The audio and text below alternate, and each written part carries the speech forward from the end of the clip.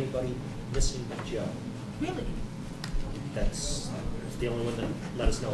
Can you give us an idea of what he felt on some of the policy issues? The citizen guides, not on the policy issues. Well,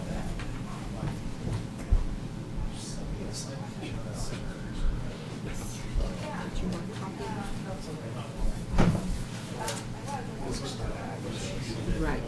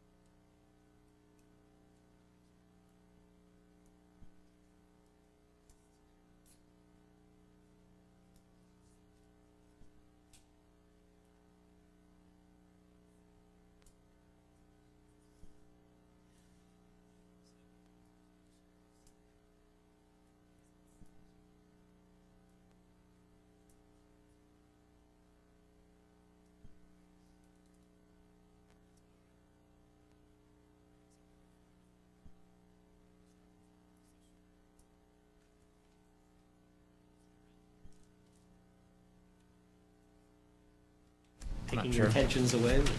A couple of items for our workshop discussion tonight. The first is an item that was originally discussed 2 weeks ago, and that was the advent of recent legislation allowing municipalities to regulate, if they so choose, a bevy of neighborhood electrical vehicles. NEVs are for short. You've received in the past a communication from the town attorney indicating that there are actually 5 different classifications for low-power, lightweight neighborhood energy electrical vehicles. As a result of the discussion 2 weeks ago, we have asked for formal recommendations from both the Sheriff's Department in their law enforcement capacity, as well as our traffic engineer. That information is before you as well. And we had the sense from the board's discussion of 2 weeks ago that there does seem to be an interest or a willingness with some limits to allow NEVs or low-powered electrical vehicles within town. But we still need to answer those 5 basic questions. Which of the 5 categories are we willing to allow, and in what locations? So you've received another report tonight from staff indicating our recommendations in what types of vehicles we're recommending and in what areas. If you'd like, I'd walk you through it. It's also on the graphic on the second page of the report. It's also, I believe, the last page of Alex's memo. And there are specifically 2 areas of conflict, 2 areas where the Sheriff's Department has recommended something contrary to the traffic engineer and staff, and I'd be glad to cite those as well. What, just in case, for those of our viewing public, in case there's anybody of the viewing public, would you mind just reading through the graph so people know what those are? Sure. Again, there are 5 different classifications. There are low-powered scooters, and there's actually a Class A and a Class B, depending on their power and their the speeds with which they attain. We're recommending that the low-power scooters be allowed on streets that are posted up to 35 miles an hour. You've also got a map showing what the prevailing speed limits outside of school speed zones are on all streets within the community. But that the low-power scooters not be allowed on sidewalks, bike lanes, or bike paths. The only difference is the higher-powered, or the Class B, low-powered scooters would be allowed on streets with posted speed limits up to 45. And what is most significant is McCaslin, a locally controlled, local access street, is the only street in town posted up to 45. So that might be raise some contention. Electrically assisted bicycles would be allowed on streets, again, posted up to 25 miles an hour. They would also be allowed on sidewalks, bike lanes, and bike paths. Segways, and this is one of the areas where we're in conflict between the Sheriff's Department and staff and the traffic engineer. It's being recommended that they be allowed on local streets with posted speed limits up to 25 miles an hour and on sidewalks and bicycle paths. The Sheriff's Department is of the opinion that they shouldn't be allowed anywhere. And golf carts. And there are golf cars and a couple of different legal language or legal phrasing for them, but in the vernacular, the common term of a golf cart. Again, it's staff's recommendation that those be allowed on local streets posted up to 25 miles per hour, but not be allowed on sidewalks or bike paths. And again, there's a conflict there. The Sheriff's Department is of the opinion that they should not be allowed anywhere.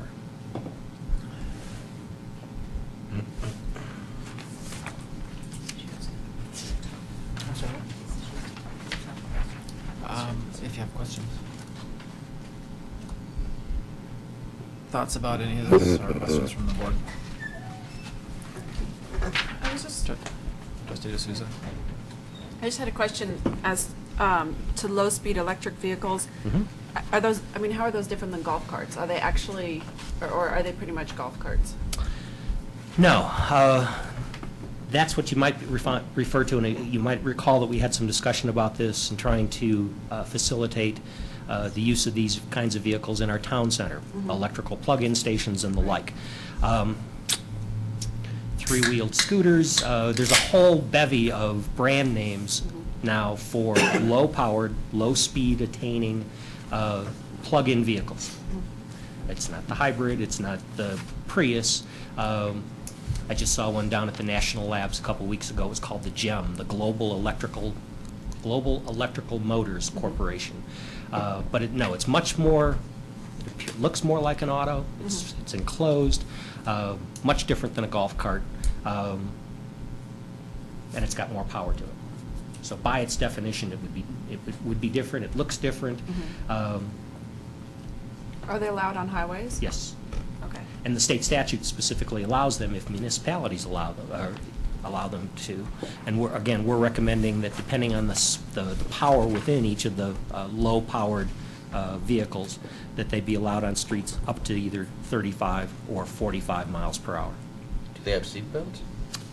That's one of the contentions, that no, they're not necessarily fully equipped. Not all of these vehicles have to be licensed and registered. And I'm sure there's going to be a question for the Sheriff's Department on why they take the position that they do on some of these, like golf carts. It's because of the absence of the safety features. Lisa? I was hoping to hear from the Sheriff's Department about their stand on these various Might be a good time. vehicles. Welcome, thanks for coming. Nice to see you. Steve Cullen with the Sheriff's Office. So I don't know if you have specific questions. I think I sent a memo, I think kind of outlining sort of where we stand, so. So why don't, I think the two areas the manager identified conflict had to do with segways and golf carts, and the traffic engineer said that they should be allowed in certain circumstances, and I think the Sheriff's Department says they should be allowed in any location, so do you have a flavor I mean, I about think that? golf carts, I don't think this is the type of, or we don't feel this is the type of community. I mean, there are golf cart communities. If you look at the statute specifically, it also reads that kids above 14 can drive them, and it has a lot of other things that are incorporated. And there really is just, there's just no safety equipment on a golf cart. I think that's kind of extending the electric vehicle statute a little bit further. Too far. The segways, again, when we look at it, I think they're too slow for the streets, and I think they're too fast for the sidewalks. I mean, they, run people over on the sidewalks, same reason that we don't allow the little motorized scooters that the kids drive around on.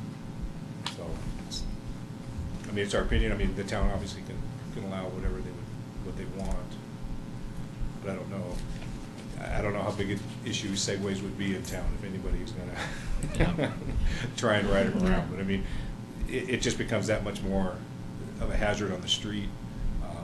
They're very difficult to see. I mean, golf carts especially, and segways. And like I said in the memo, none of them are going to fare well in an accident. Okay. Other questions about this? Well, I've seen golf carts in Rock Creek on Halloween night where there are 2 or 3 couples and some youth just going around trick-or-treating with their golf carts. That's the only time I've actually seen them on actual streets. So, I mean, there are some communities that are built around golf courses. Yeah, that's and they allow them for that reason. For the folks that they have golf carts in their garage and they put their bags and they drive over to the golf course and they allow them for that reason. I mean, to me, a golf cart is a golf cart. It should be used on the golf course, or if you're that type of community, maybe getting to and from the golf course, but not as a normal mode of transportation. If you have to register them to get any kind of tax benefit from them, does that put more restrictions on you as far as how you use that vehicle? I don't believe so. It doesn't. I don't know for sure. I don't know if the town attorney would know a little bit better on them. So if you want to have the tax benefits from having a golf cart that is electric or any kind of vehicle that's electric, does that put more restrictions on you as far as what you have to do to be able to register for that? Under the state statute, no. No. And that's a little bit where we're a little frustrated, especially with the scooters, is they kind of fall into their own category of don't need to be registered, don't necessarily have to have a motorcycle license, but I mean, in essence, they're a motorcycle on the street. And you talk about whether they're 49 cc's or 50 cc's. I mean, we can't tell the difference. I mean, I looked on when I was writing this up, I looked on the websites, and the 49 cc scooter looks just like the 100 cc scooter. So my biggest concern was that it would allow the little pocket rockets, but it does specifically not include the little pocket rockets, which are literally the little teeny the little bikes? motor scooters Oh, like that, and they're 48, 49 cc's. So theoretically they would fall, but the statute does specifically not allow those. Electric scooters. to look. So the low-power scooters. I know those are really dangerous, right? The really low ones, Yeah. because nobody can see them. The pit And bulls. they go pretty fast. Yeah, and they do, they're more of a hobby kind of thing, and it does, like I said, the state statute does specifically ban those. It does. specifically lists that those are not included in the low power scooter statute. Steve raises a number of points. The golf cart and the fact that a golf cart by statute, state statute, is allowed to be driven by people 14 and over. We're dealing with unlicensed drivers at that point. And once you turn the green light and allow them on the streets, I mean, you might have some conflicts. The safety issues are another one. But if you're supportive of the concept of alternative modes of transportation, those are the policy decisions that we're asking you to balance and weigh. Lisa? One of the questions I asked last time was what towns around here do and don't allow these at various places. Does the traffic engineer know that, or somebody else know that?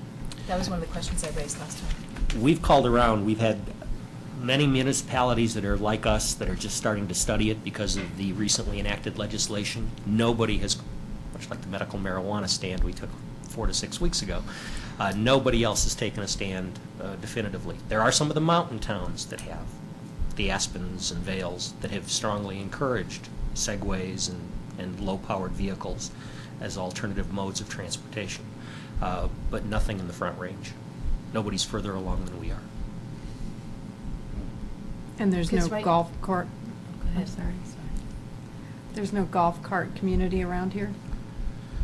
There are a number of subdivisions built around golf carts, but I'm not aware of any municipality that has specifically adopted enabling legislation like you might see in the far southeast and southwest that allow golf carts as modes of transportation on local access streets. That's very common in Florida. Arizona. Arizona, yeah. Arizona and Yeah. Florida, yeah. And just based on the bit of research we have here, I'm not too uncomfortable with the things that you're recommending for sidewalks or bike paths, but I think I'm nervous about allowing, until I know what other people are doing about safety equipment and 14-year-old drivers and stuff like that, I'm nervous about hitting the On the roads with street. this stuff until I see more research. Not that I'm trying to do analysis paralysis, but while I encourage alternative vehicles, not at the expense of someone's life, so I guess that's, could we have a little, some sense of their safety? I don't know what else I can ask for, but it seems like I'm uncomfortable about putting something unsafe on the street. Well, an example of that would be the golf carts, which the staff recommendation was to allow on streets posted 25 miles an hour or less. That's not Rock Creek Parkway, that certainly isn't McCaslin, but it would be within a residential subdivision. And the Just- concern about them is one of the concerns is they do or they do not have seat belts. They don't generally have don't. seat belts. No. Can't we They're require, not I mean, registered. if they're gonna be on our streets, can't we say only if they have seat belts and only if the driver's older than, old enough to have a real license or something like that? Yeah, I think you could do that.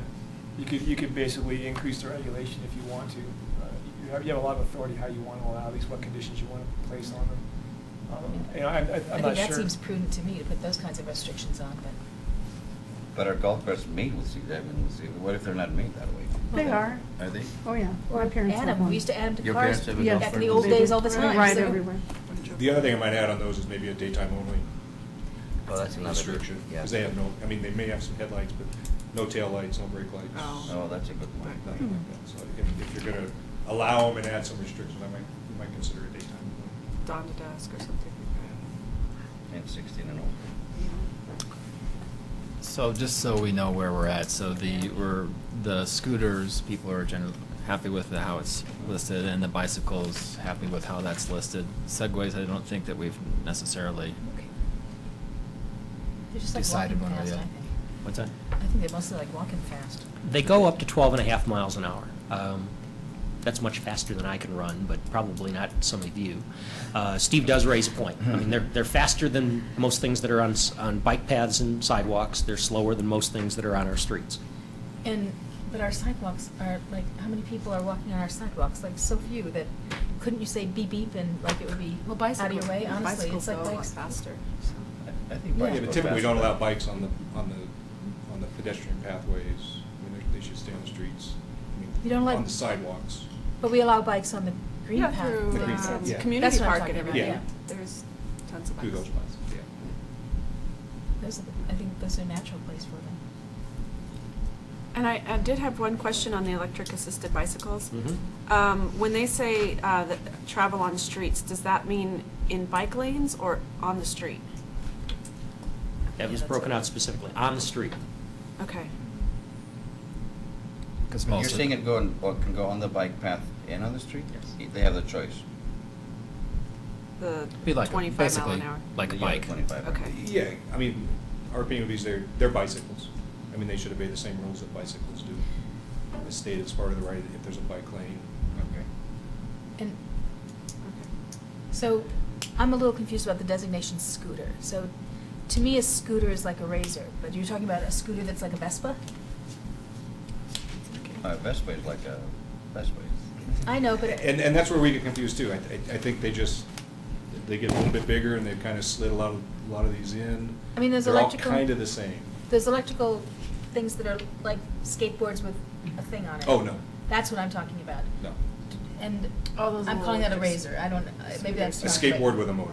Yeah. Is what you're with a talking motor. about. No, Like they those- had At in- this point, those aren't mentioned in here. I know, and I'm wondering whether I think I remember that coming up as a debate quite some time ago, and it seems to me that if we disallowed them, which I thought we did, We do. then it seems like it should be in these same categories and it's something alternative, but that's my own opinion. I think they should be in here too.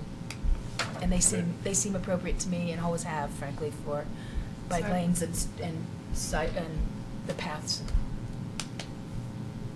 Not Vespas, but.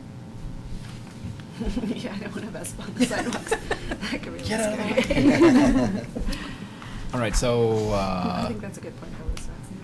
I know several kids in the neighborhood who ride those. Honestly, They I love think those a they're lot. great to get kids outside. so I just want to make sure that we have clarity on this particular issue before it comes back. There seemed to be a willingness support to allow those that were recommended for off-street use, sidewalks, pathways, and the like, that there was comfort with that.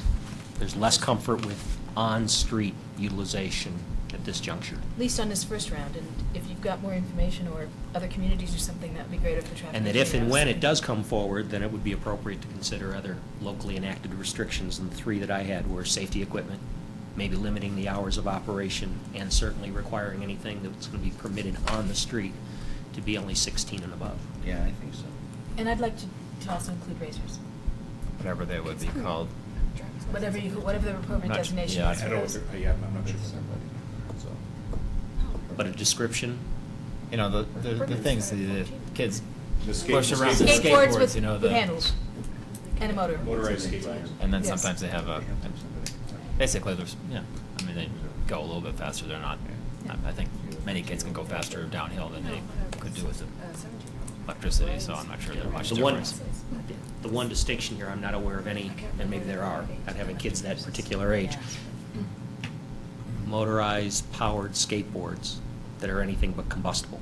Because everything we're talking about here is Is And I- electric. yeah. That's right, I guess I'm thinking the electric ones, but if they have gas ones, that would be kind of. No, I they do think have most of gas. those They are are gas. gas, yeah. They are gas. Then we have to think about whether we Oh, I want, like know, both we have those. I know, but a lot of them are gas. Yeah. Well, have we Well, determined? let's just do the electrical one, since Let's this do is the the electrical electrical ones. category that we're working on right now. Good, thanks. Okay. Yep. Anything else? Thanks. Oh, I just want to say I would be comfortable approving golf carts with what they, under the 25 mile per hour, as long as we put up those safety precautions. I would too, actually, yeah, Yeah, as long as I'd be it's fine with that. I don't, during the day and, yeah, like a dawn to dusk type thing, and seat belts and whatever the age limit is for a driver's license, whatever that is. And they can drive down the middle of the street then, or just in the bike paths? not I on the think bike they don't paths, think I on mean, the just bike in the paths, on the bike lanes, I streets. mean, okay. in the streets. Well, I don't think there's bike lanes anyway on the small streets, the 25 mile. Yeah, there's Oh, not okay. bike lanes. So, yeah. And here's one other thing I see a lot with golf carts that are on real streets, big orange flags, you know, that stick up along the way, so you can't miss them. I don't know, something else is a possible safety equipment item. A pole with a flag on it. I don't feel strongly about that because I don't see a lot of golf carts driving around, so I haven't seen a lot of people Once or twice. pounding down the doors hoping to get their golf cart here, but. I see it Nor on- segways yet. I think Probably some of the coming. discussion that we were entertaining during the town center discussion was that Yeah. that was something that we might even want to encourage. Okay? Okay? One more thing. Sorry. I just kind of wanted to find out, do we have any guidelines on the sidewalks? How many miles per hour some of these vehicles, these electric or motorized vehicles can go? I mean, do we have a restriction on that? Yes, but in fact, the definitions that were established by statute frequently talk about how fast, by the definition of a low-powered vehicle is one that has, it's not CCs, but it might be 440 watts and have the ability to go up to 20 miles an hour, or 12. Segways that we know by design are designed to go a maximum of 12 and a half miles an hour. Not to say that Segway 2 doesn't come out in a couple of years and double that, but right now, the Segways that are being manufactured have the capacity of going 12 and a half miles an hour. That's uphill, downhill. And in my opinion, I would say that that is the cap, in my opinion, as far as how fast they should be going on a sidewalk. Sidewalk or a bike path, any of our pathways, not bike paths. So- but pathways. Bikes go on. Just Thank you. kind of wanted to It's a little clarify that. confusing. Lisa? And I guess one other piece of safety equipment I might like to recommend is that it be required to have at least a bell or a horn or something like that. Creating a cottage industry. I can't hear you. We're creating a cottage industry, modifying, Well, Yeah. but that's fine. Yeah. But we have the ability and wherewithal just to. get a bike bell, I don't Well, care, yeah. we don't require that for bicycles, though. We Bicycles. don't? Not as far as I know. Bikes no. don't have to have bells or horns or something? No? I didn't know that. And they go a lot faster. And they go a lot as well. faster. All right, Yep. well, then They're going. I'm trying to rescind my recommendation. They have On boys coming, 35. on your left. That's right, on your There's left. the. All right. So, and this would be coming back, when would you say? I mean, not that there's great urgency, but. No urgency, again, it's not like we're being overrun with neighborhood electrical vehicles that are sitting in people's garages because they can't leave the driveways. Whether I'm it's, glad whether that it's in we're 2 doing it, weeks or though. 4 weeks, Yeah, no, it's we'll be necessary. back to you as quickly as we can draft for first reading the ordinance on Okay. permitting NEVs. Great. Next. Second item on your agenda were some of the policy issues that had been recommended to the full board by the Finance Committee over the course of the last 45 days as the board has been reviewing its proposed FY 2010 budget. There were there were obviously a lot of questions and discussion over things that are included in the proposed budget, but 3 specific items that the Finance Committee is referring to the full board for further discussion. Those are summarized in the cover memo. The first is Tier 3 street, not a new concept, something that we've talked about on at least 3 prior occasions as a full board over the course of the last 18 to 24 months. Second one, relatively new discussion as a result of the enhanced communication plan that the board approved back in July. We said we were going to use the budget reviews as the time to identify those potential topics that rise to the level of creating an extraordinary outreach effort. We termed them at the time citizen guides, but an extensive research analysis and communication tool for up to 5 items a year that we thought might rise to the level of providing our constituency extraordinary information on potentially controversial topics.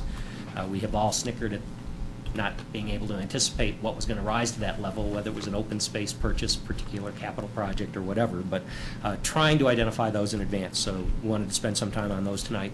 And then the third one is Community Park East, and specifically the allocation of future maintenance costs, whether it should be done how we had traditionally or whether we should come up with another way to pay for maintenance of our parks.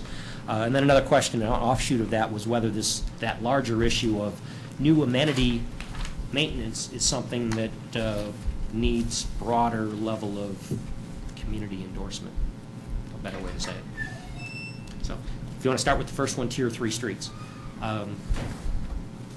So, once again, for the advantage of the viewing public, although we've talked about this at great length, can you tell Tier us 3 what's streets, what Tier we've 3? talked about was currently the town has, through a contractual relationship with a third-party vendor, snow plowing capacity for about 40% of our lane mileage. Obviously, all of the major thoroughfares, McCaslin, Colton, Indiana, Rock Creek Parkway, but roughly 40% of our lane miles are treated through our long-standing contractual relationship with third-party vendors, leaving about 60% of our streets that never see a snowplow, except in extraordinary circumstances. I understand that in the winter and early spring of 2006, 2007, the town went to great expense to plow residential streets because of the extraordinary snows that we had received. But generally, we don't plow the residential streets. There was a concept presented almost 2 years ago that said if the town increased its equipment capacity, and by that I meant the purchase of 2 additional pieces of heavy truck equipment, we with existing staff could double the lane mileage that saw a plow, and in going from 40% to almost 80% of our streets. The only streets that would not get plowed under the Tier 3 street snow plowing plan would be cul-de-sacs. Wouldn't be necessarily done at the exact same time. It wouldn't be done necessarily curb to curb, but it would be done by existing town staff once we had the equipment to do it. The budget does include $190,000 for the purchase of 2 pieces of equipment. One of those is a 1-ton dump truck that is currently scheduled to replace an existing pickup. So if we don't proceed with this, we'll still need to replace the pickup, but it's an upgrade of an existing piece of equipment at roughly $50,000. And the purchase of a heavy-duty snowplow, a large single-axle dump truck with salting and sanding capabilities at almost $140,000 based on the last time we went to market to price this equipment. But by purchasing those 2 pieces of equipment, we would be in a position to do significantly more snow plowing than the town has ever been able to do. The genesis of this goes back to a community survey that the town conducted back in November of 2007, where residential snow plowing was ranked as the 2nd poorest service that the town provided. The lowest at the time was code enforcement. We've addressed that, we hope. And the second one was snow plowing. This was our effort to try to address that. In response to some of the board's questions very early on, to say, well, if we're already doing it through a contractual relationship, what would it cost to expand what we do through a contractual relationship? So we took that to bid. We had 2 of our 5, the last time we went out to bid, we had 5 bidders. 2 of the 5 bidders responded to this expanded service request, and we got cost proposals ranging from roughly $68,000 or $69,000 into the low 90s. It's our staff estimate that we can do it with in-house labor and a delta order of magnitude of $35,000 to $40,000 on an annual basis. And that's overtime for staff, that's annual equipment maintenance, that's increased fuel consumption because of the additional hours that are put on the equipment, so on and so forth. So, analysis by paralysis was a phrase that was used earlier. I think we've talked about it. We talked about all the positives and negatives. Over the course of a couple of years, it comes down to the policy decision. Does the board want to see this particular expansion in service? And if so, do they want to see it in 2010? We're talking about roughly $140,000 for the purchase of 1 particular piece of equipment. If we defer it, that number will go up a little bit, but not all the way up to 190, because we still will need to replace the pickup truck that is scheduled for replacement this year. And it's anticipated that, it's anticipated that these pieces of equipment would last how long, would you say? And the moment I give a date, our amortization schedule calls for the heaviest piece of equipment to last at least 10 years. Mm-hmm. That's the $140,000 piece. And there would be... There are a list of other uses. We shared that with the Finance Committee recently. I think there was hope that it might have been more things, but there were a number of annual tasks that the Public Works and Parks and Rec Department are posed with, whether it's equipment hauling, material handling, some of our more simple excavations that we're just not equipped to deal with today because we don't have the ability to bring materials in or haul them away. So while we might typically hire a third-party vendor to do a water meter repair dig or a fire hydrant replacement, kinds of things that our crews are trained to do, but again, we're not fully equipped to do. We identified a number of examples of those that we've done in the course of the year. But I wouldn't say that the equipment's going to pay for itself just because now all of a sudden we're doing those kinds of things in-house. It'd give us the ability to do more things in-house and rely less on some third-party vendors, but it doesn't pay for the equipment. This is a snow plowing service. And it would be anticipated that these would be put down on Honey Creek Lane, is that? Yes.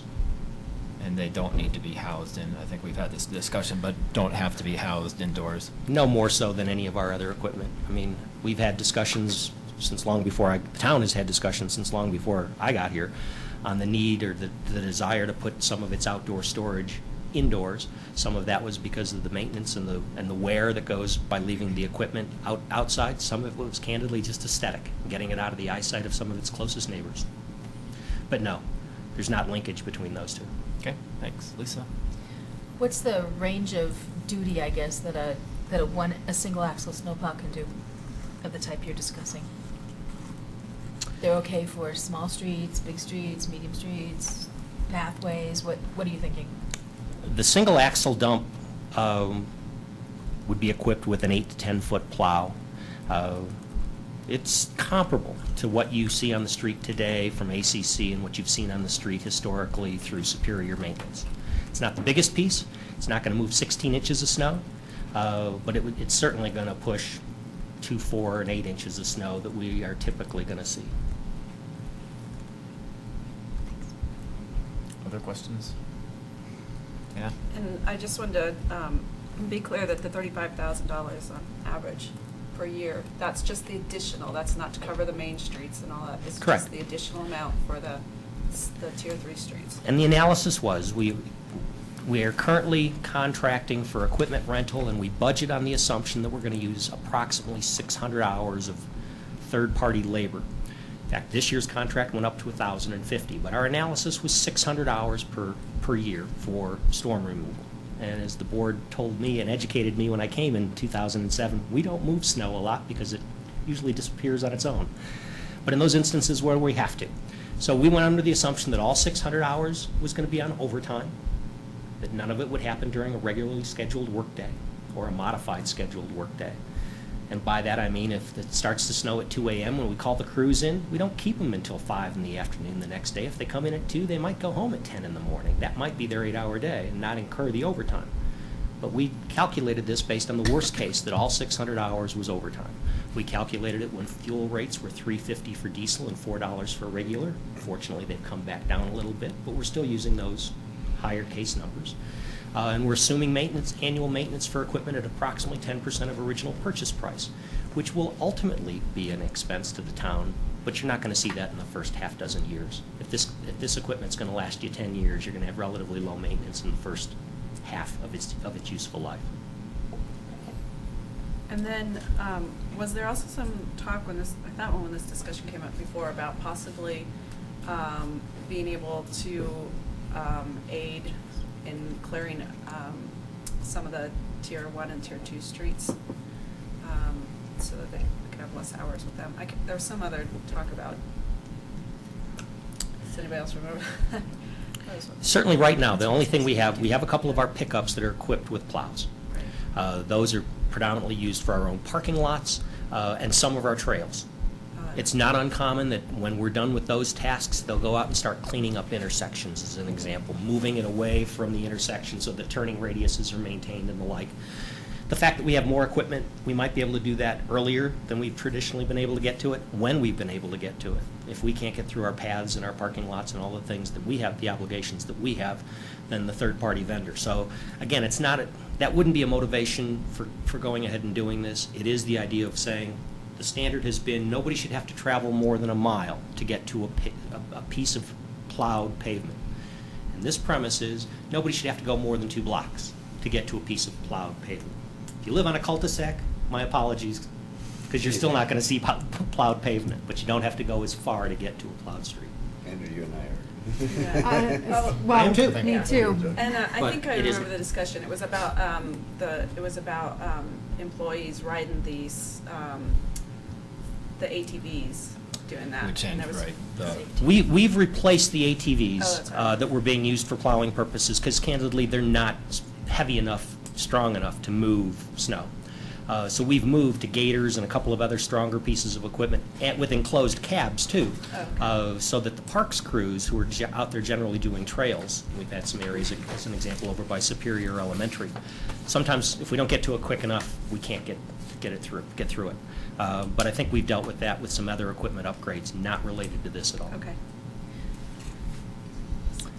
So, if, say that we would go through with this, have we identified funds, and do we have adequate revenues to have this come to fruition? The monies have been budgeted in the proposed FY 2010 budget. And the 2010 budget, which is being introduced to you later and is up for a public hearing and ratification 2 weeks from tonight, is fully balanced. Yes, funds are available to do it. And wouldn't be taking away from other projects that this isn't to do this versus something else? There are always competing interests, but I'm very comfortable with that the $8+ million capital improvement plan proposed for 2010, and that's streets and Windy Gap and energy efficiencies and all of the other things that we want to do in 2010, nothing's being sacrificed. Now, if we turned around and said we're not going to do it, I'd want us, of the 190, I'd want to keep probably about 25 out for the pickup truck. So we're talking about a delta of 165. Might we do another street in resurfacing, repaving next year? We might. Mm-hmm. Okay. And we have, I think I know the answer to this, but do we have to hire additional staff to have this? Absolutely not. And that was one of the comments that we frequently heard, that somehow this was going to grow into additional bodies. You know, the board, if the board has been clear on one thing in the almost 3 years I've been with the town, is we can expand services, we can do a lot of things, we are in a very strong financial position, particularly in comparison to our neighbors, but one thing the board is not willing to consider in any instance is the addition to our full-time headcount. When I got here, we had 27. Today, we're sitting at 25 full-time bodies, and there's nothing in the forecast, and there's no reason. We have competent public works employees, we have competent parks and recreation employees who do some of this with lesser equipment. We're talking about giving them the equipment that they need in order to do it. Well, that's my last question, is that we feel that they're, moving on to streets, that we have done a little bit of this in the past by clearing intersections. Do they have the talent and skills to be able to do that service? I have no doubt about their ability to plow. I don't want to raise the level of expectation that it's going to be dry pavement, gutter pan to gutter pan. But the idea of being able to get a plow up and down each of our residential streets, except for the cul-de-sacs, so that there's at least two lanes of passable travel. It does raise a whole nother issue, and that's, we talked about it ever so briefly, and that is allowing on-street parking during snow events. It's going to plow more people in, because people have a tendency to park at the curb rather than in their driveways, but we may want to wrestle with that policy issue later. But yes, they have the ability to do it.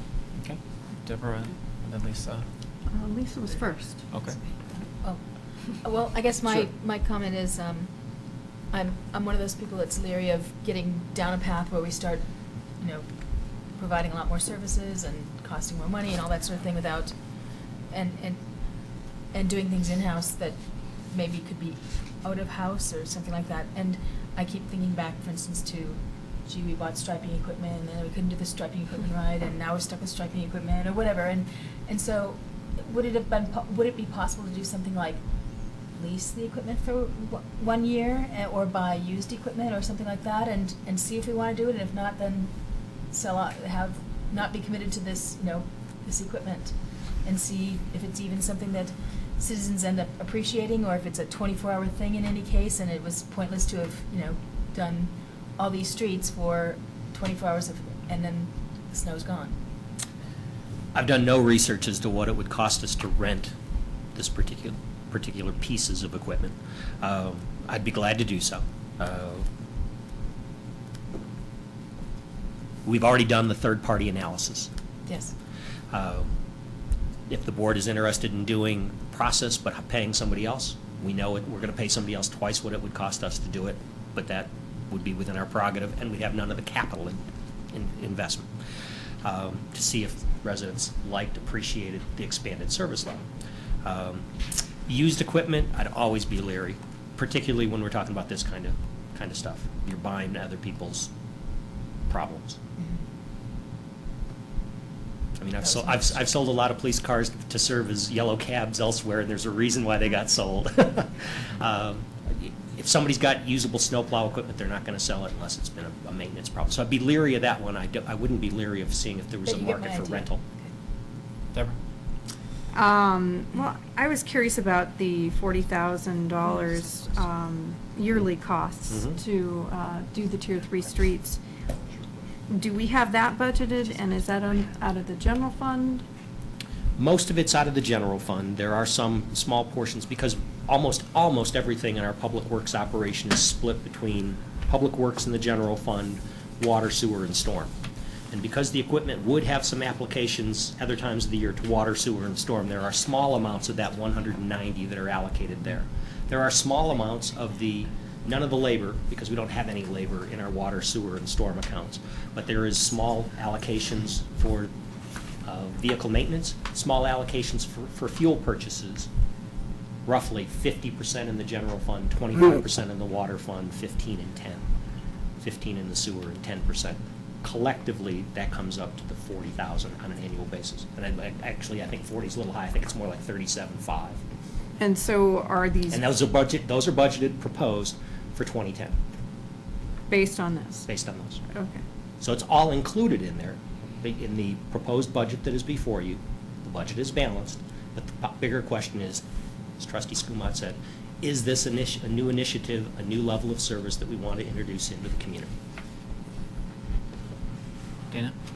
And the one question I had, I know this was brought up before too, is if there was not significant snow that we wanted to go and plow Tier 3 level streets, the cost, so the other truck, the $50,000 truck, is one that we would need to replace anyway, right?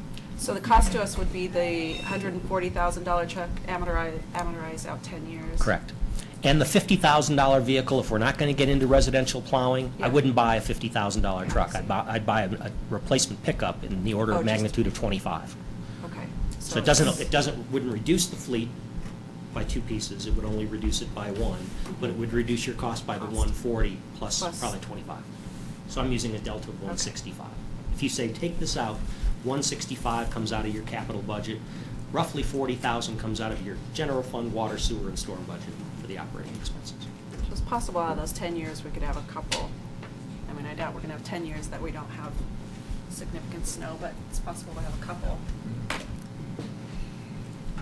Deborah? It does make sense, though, as Trustee Skumatz said, kind of a dry run to see how it goes, and if this is the route we want to take without investing this amount of money. Is there any other way we can do that? Sounds like either contracting out or seeing if you could lease or rent equipment for a year.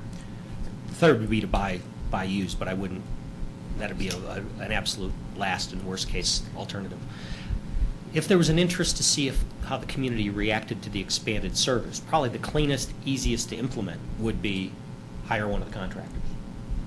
Now, I'm not going to sit here and vouch that the $67,000 to $68,000 low bid or the $92,000 bid that we got from our other vendor who is doing the rest of our town are still valid, because that's at least a year and a half old. And there may be other service providers. Again, we had 5 bidders last time, and only 2 of them responded to this second solicitation.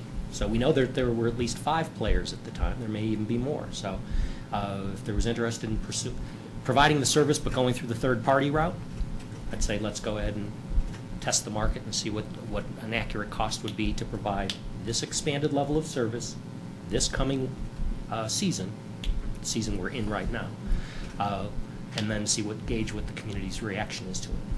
Lisa? I gotta say that one of the reasons I was proposing that is actually because the labor estimate seems so low, I was interested to see whether that was actually a real estimate, so. As far as the That wouldn't be hours. achieved with a if we hired it out. Yeah, my reference to dry run was more in-house than contracting out. Gotcha. Well, that would be then seeing what kind of equipment would be available on short notice and we're talking about more than just a truck, because, I mean, we're talking about plow and sanding equipment as well, the back of the vehicle. Yes. The only comment that I have to make, that I would really be opposed to leasing or buying anything used. I agree with you. We're opening up Pandora's box, so either we do it in-house or we try it for 1 year with a third party. Okay.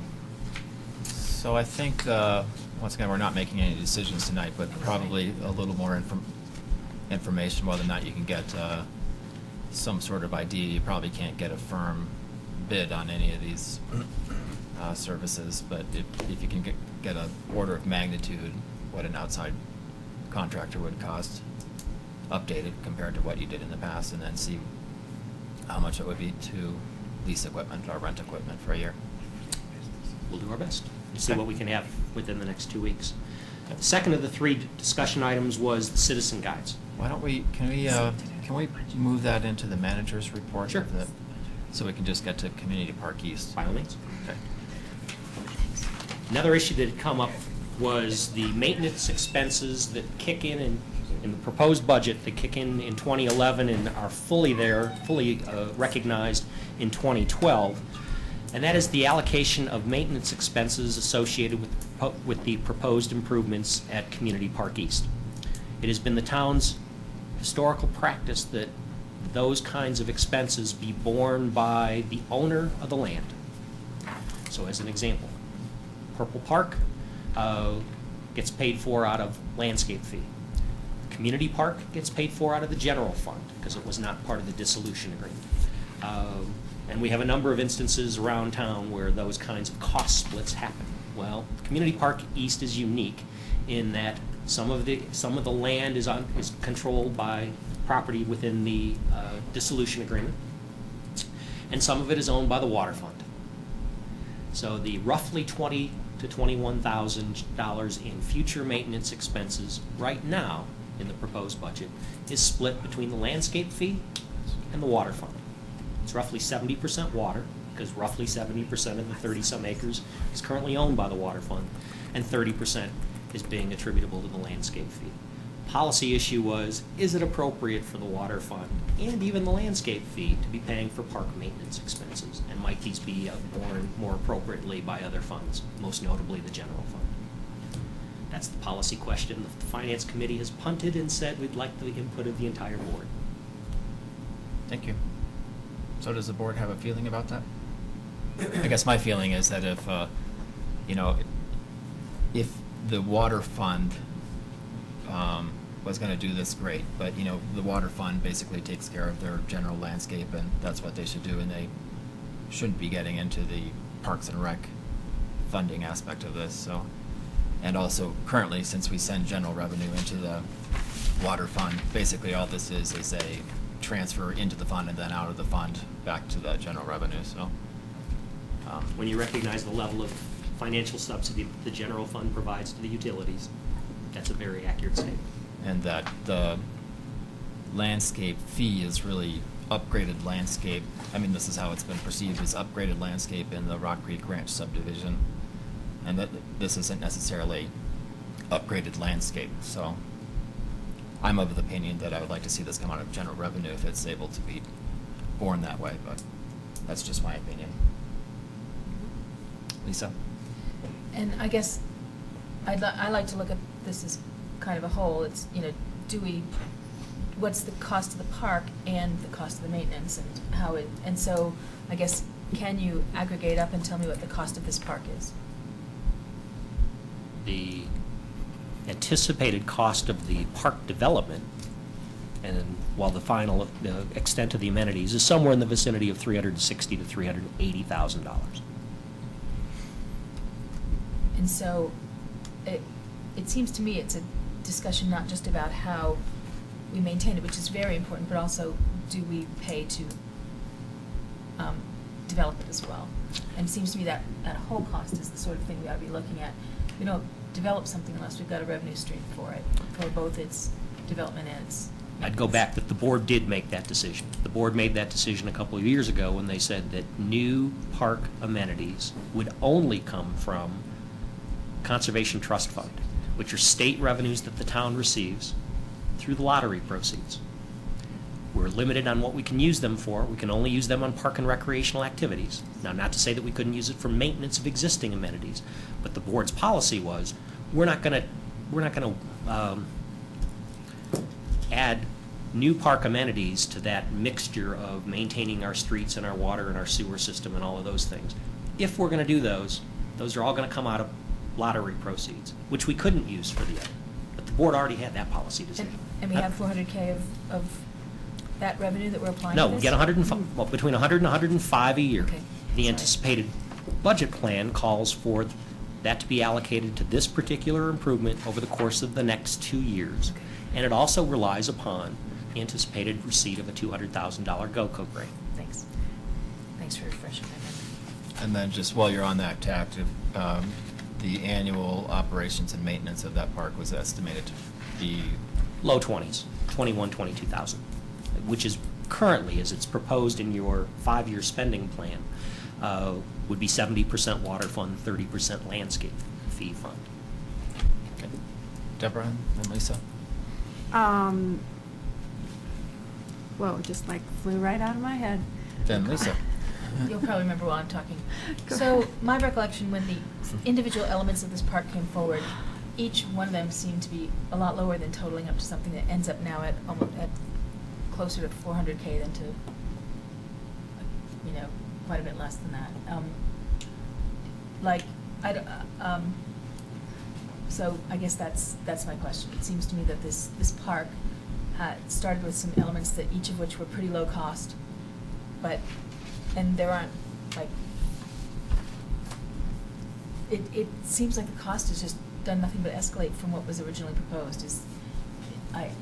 It's not, you're only talking here about the maintenance, but I guess my question has to do with the park development itself and its cost escalation. The board's only seen one derivative of this, and it was a couple months ago, and that was the estimate that you've received. If you're referring to the idea of putting a disc golf course in Purple Park and $6,000 for the posts is one thing. Devoting And the 30... BMX and things like that all seem lower cost. 38 acres to multiple amenities. There was discussion of a $250,000 dog park and community park, but the reaction was it's too much and too limited of a space. That was the discussion back in 2007. So I don't know what you're referring to, that the cost escalation. You saw a 38-acre plan with a couple of deviations a couple months ago, and the order of magnitude of $360,000 to $380,000, with the 3 particular amenities being BMX bike, dog park, and disc golf. And I think where I'm coming from is, I saw the initial presentations, just sort of the idea, I don't want to say ideations, I hate those words, but anyway, the ideas that were presented by the sort of committee. And I think I was missing the one where we got the whole park, but the little committee ideas were quite a bit smaller in scale than 360K, and that's where I'm coming from. So, on the Separate individual ones. ideas scale, it all sounded great, but 360K, big deal. Deborah? Okay, I I knew it remember. would come back. So on the Conservation Trust Fund, can you bankroll that? Yes. And use it 3 years later? When Yes. you have the amount you need? Yes. Okay, and also can you use it for the maintenance of a park? Yes. Thank you. Can. You can. For park activities. which How would many be years maintenance. can you bankroll? Is there a limit? I don't even, Jeff, do you aware of any limitation on? No limit. No limit. Okay. But it is limited what it can be used for. It has to be park and recreation. Deb? Dana? Sorry. I was just wondering at what stage this is, because I've gotten a lot of questions from residents as well, as far as the park. And, so this we haven't had a final approval of this, correct, No. from the board? So, okay, that's one of the things. I guess in some ways I'm not sure as far as what we want to do for the budget, as far as which funds we want them to come out of until, we actually get better details. I mean, if we actually are going to approve exactly what we've seen, or if it's not approved. Again, the policy issue that the Finance Committee brought was maintenance, and recognized that that doesn't kick in partially until 2011 and fully Right. until 2012. Right. The board has seen one iteration, which I would say was probably 30 to 50% engineering, of sometime earlier this year, June or July. The board blessed it and said, told ProStack to continue. So we're continuing to work with final engineering. I'm expecting that you're going to be seeing a final development plan showing what exactly. Are there going to be street lights, and what are they going to look like in the parking lot? Is it going to be 15 spaces, 30 spaces, or 50 spaces? What does the bridge look like? The architectural detail. How did we go with BMX track option A or B? All of those things. I'm expecting you're going to see that in February before we'd actually proceed with bids and all of the rest. Okay. I think at some point it's a good idea if we, for recreation, that we do have a separate fund for it, but for just the maintenance costs, for $21,000 a year, and I think that was brought up during the budget discussion as well, that it's kind of a hard one to go to ask for that. I mean, it's sort of a small amount overall, so I'm not sure that I'm ready at least to do that yet. And I do recall what Lisa was talking about when we did first hear about all these amenities separately. It was more like less than $10,000 for the Purple Park, having the Frisbee golf and things like that. And so to have all of these things combined to just under $400,000 is a big deal. I mean, it's a lot more significant. So I just wanted to make sure that we're proceeding carefully enough on this, because that is a pretty significant investment. Okay.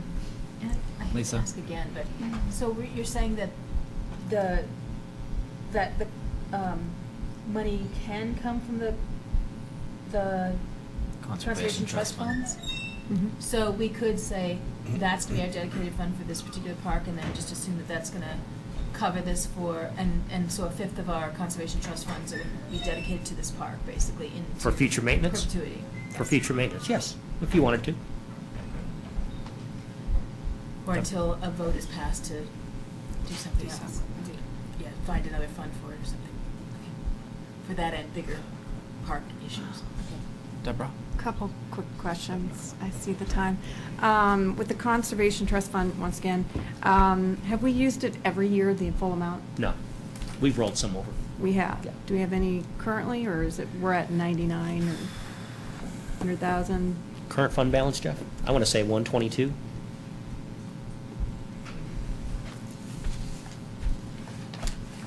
The estimate year to year will be at 21,000.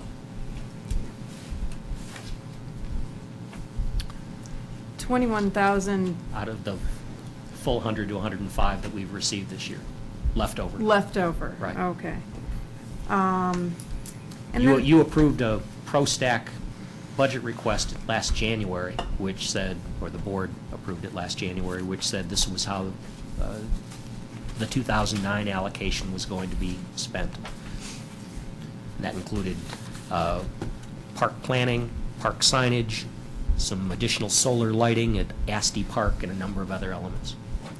Okay, and then the other quick question, I don't know if this is going to be a quick answer, but the land that you've chosen for the Community Park East, was there ever a time where this land was restored from a There was a- issue when it had to do with prairie dogs? Yes. And how much did we spend on that? I don't have a clue. That all predates me. Okay. And do you know what year that was? Since we were on the board. Yeah, Yeah. well, Dana part of and I it were was on the from board. the Conservation Corps, or Conservation Corps, or who did part of I think it? urban 3 to 4 drainage. years Urban ago. drainage, yeah, 3 or 4 urban years ago. drainage. yeah. So the land was restored, but we don't know the cost. Is there any way we could get that cost? Sure. I heard it was somewhere around $1 million. No, No? Not even close? I don't think even close. I don't know for sure. Could I get that figure, though? Sure. Sure. Okay. All right, we need to wrap this up and take a couple-minute break and then start the regular board meeting. So we'll discuss this some more during either during the manager's report or at future meeting, I guess. So during the budget hearings. So, all right. Okay. Yep. All right, couple-minute break. Thanks.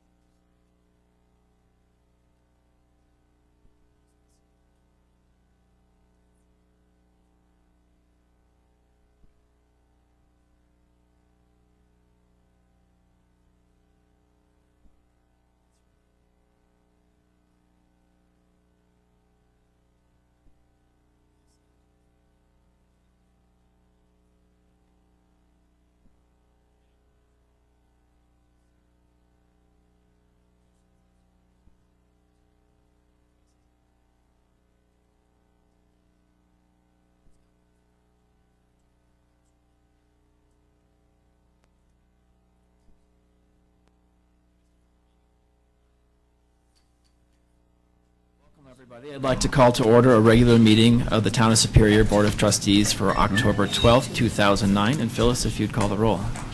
Sure. Mayor Andrew Muckle. Here. Mayor Pro Tem Lisa Skumatz. Here. Trustees Joe Sorelli, Dana D'Souza. Here. Julia Gavoris. Here. Eric Rosenfeld. Deborah Williams. Here. Town Manager Scott Randall. Here. Town Attorney Jeff Parker. Here. Town Clerk Phyllis Hardy. Thank you. With that, item number 3, which is the approval of the agenda. Are there any changes to tonight's agenda? Trustee Skumatz.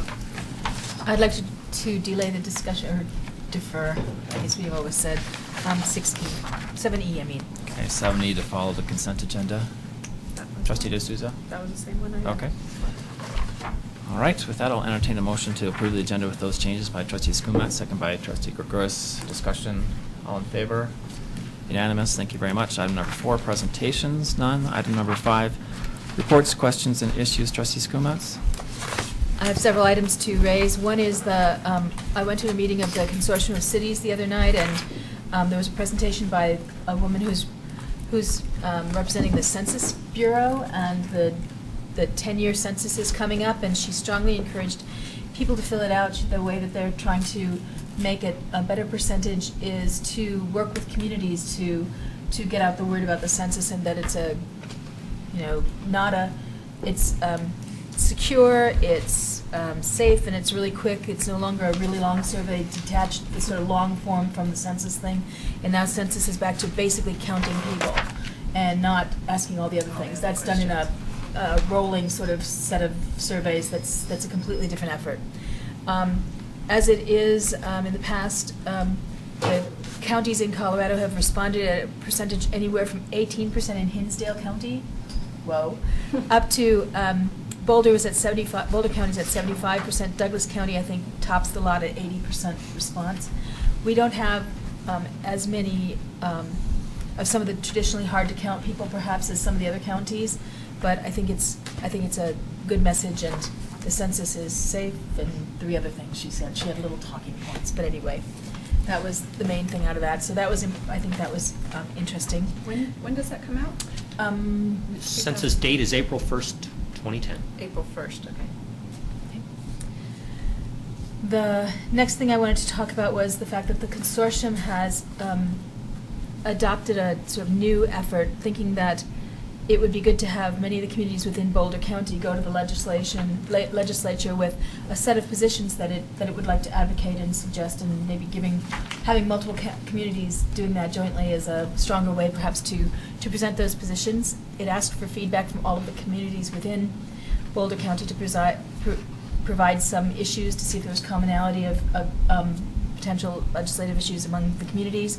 They came up with 3 that they thought were sort of on the high priority list, and 3 others that were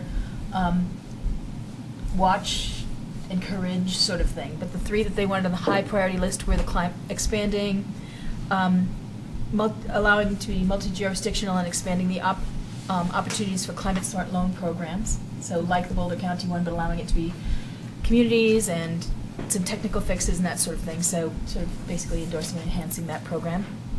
Another one was this issue of supporting legislation that would narrow the existing state statutes that require certain public notices to be published in a newspaper of general circulation. There's been this problem over the last few years that a number of newspapers have gone out of business, and so when you try to put notice in, you're putting it in a county or 2 counties away and all that sort of stuff, and that would email and things like that, or not email, but web and some other becoming more common type things be a good substitute. And I know it's something that the Colorado Municipal League is also watching and sort of encouraging as well. So that's the second issue that sort of rose to the top as one of the things that the consortium would like to see forwarded. The third is supporting legislative changes to the state sales tax system in order to authorize local government revenue sharing. I'm not sure how much of a real barrier there is to that, but I think it's meant to try to start raising the issue within the at the state legislation that this is a continuing, this winner take all is a big problem for every community. The reason I wanted to keep talking about the other 3 is that there are several that are interesting, and one is community solar gardens, another is internet sales tax, and a third is tax increment financing. Those are all some issues that they want to kind of start raising as well, and so I'm happy to give this handout to anybody who's interested. The The third thing that came up at the Consortium of Cities was something I've mentioned before, which is the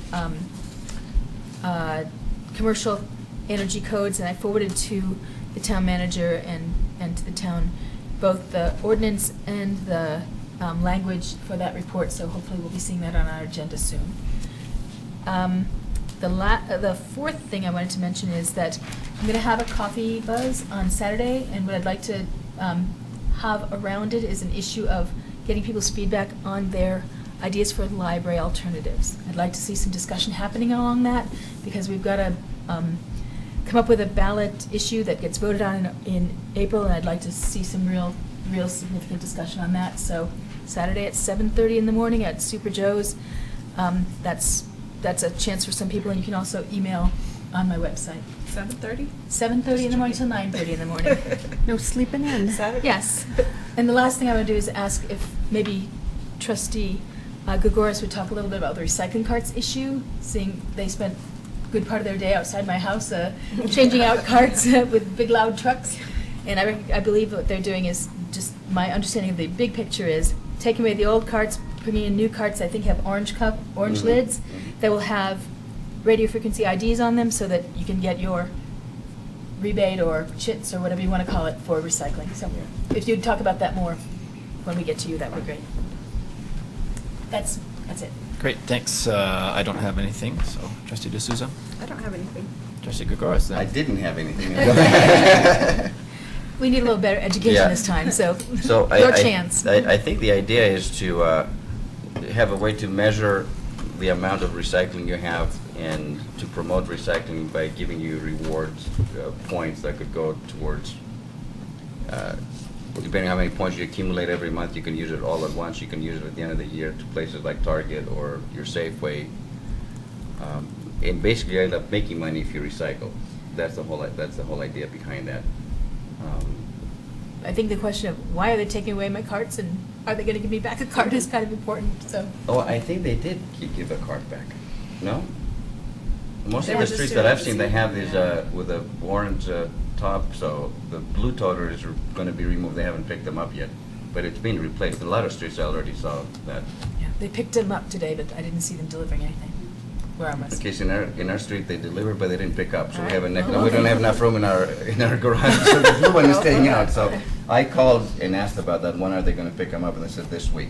For clarification, this has nothing to do with the town's garbage No, that's contract. the This HOA. only has to Yes. do with the Rock Right. Creek HOA Right. and their contract for Right. garbage Thank you. collection and solid Yes. waste recycling. Right. Thank you for Yes, saying it's that. not a yeah. town responsibility, correct. Right. But I just thought we better use our opportunity to educate people who aren't on the CAC. Yes. That's the idea behind it. Okay. Thanks, Trustee Williams. And I did attend a ProStack. I missed the last meeting here. So how long ago was the ProStack? I guess it was last month. And there was a community discussion about the BMX park. Very lively, well attended, a lot of good feedback. Trustee Williams? Okay, I have a couple of things. First, I want to ask, is the online streaming working right now? The web streaming? Yeah. Yes. Are you sure? It was a couple weeks ago. I know. Looked at it in the last 7 minutes, but. I got a little email saying it's not. now? Just, yeah, right now. Okay. Just want to make note that apparently it's having problems. I'd be glad to check on it. Okay.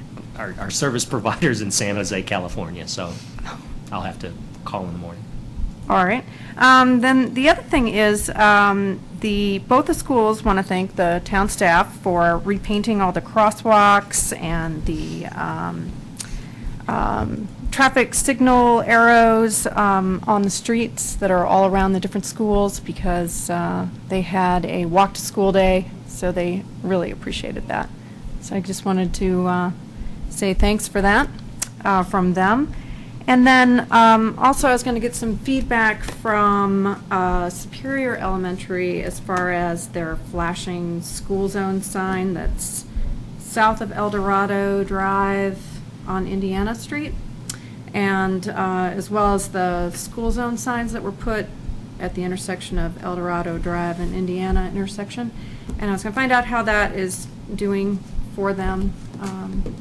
Tomorrow is a sit committee, so I will report back next time. Okay, thank you. Mr. Randall?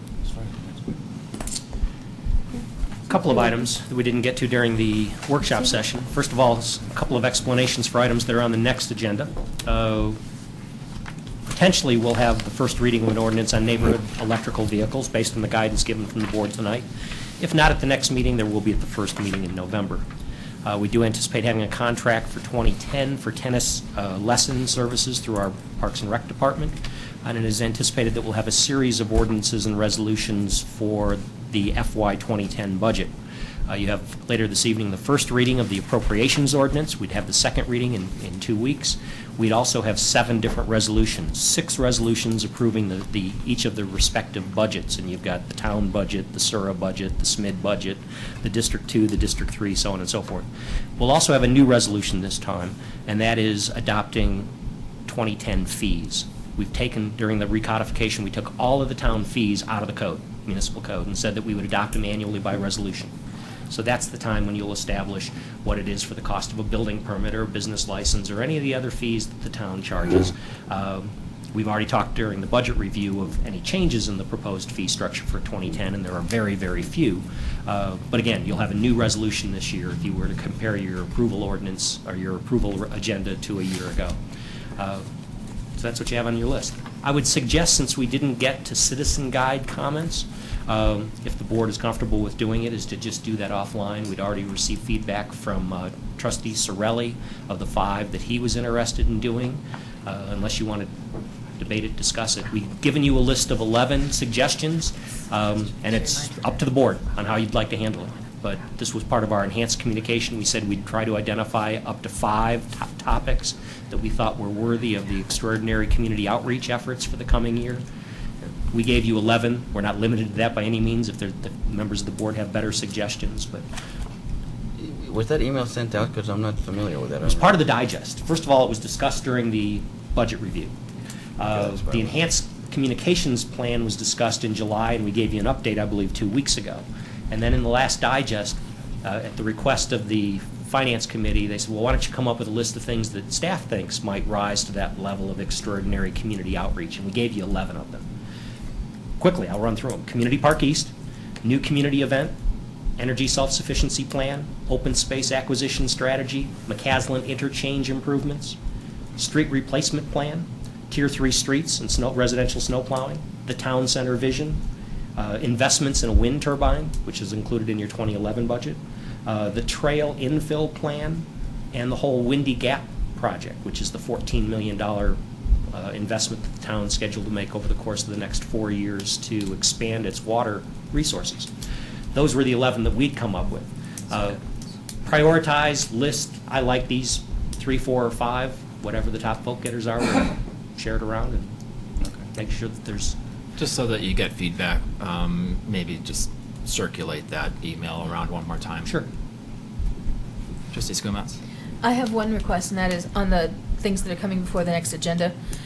I think it would be really great if we could consider doing a survey about the tennis program and ask the participants how they feel about the performance and the way it's run and that sort of stuff, and before we go ahead and put in a contract with the existing person. I think it's useful to get feedback from someone other than just the director, but also some of the participants in a formal way.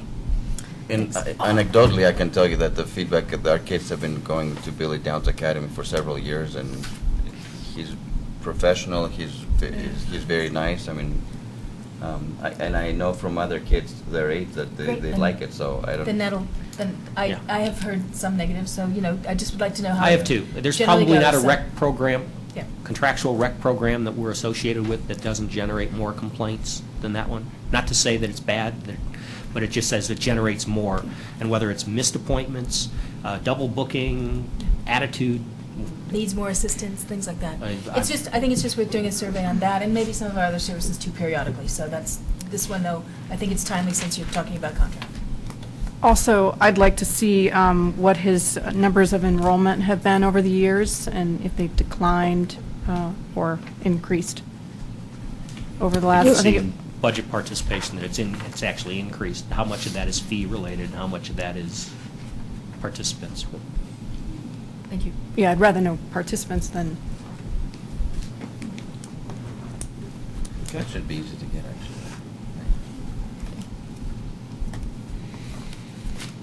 Those are the items from the next agenda, and I had a couple of items from Digest that were probably worthy of particular note.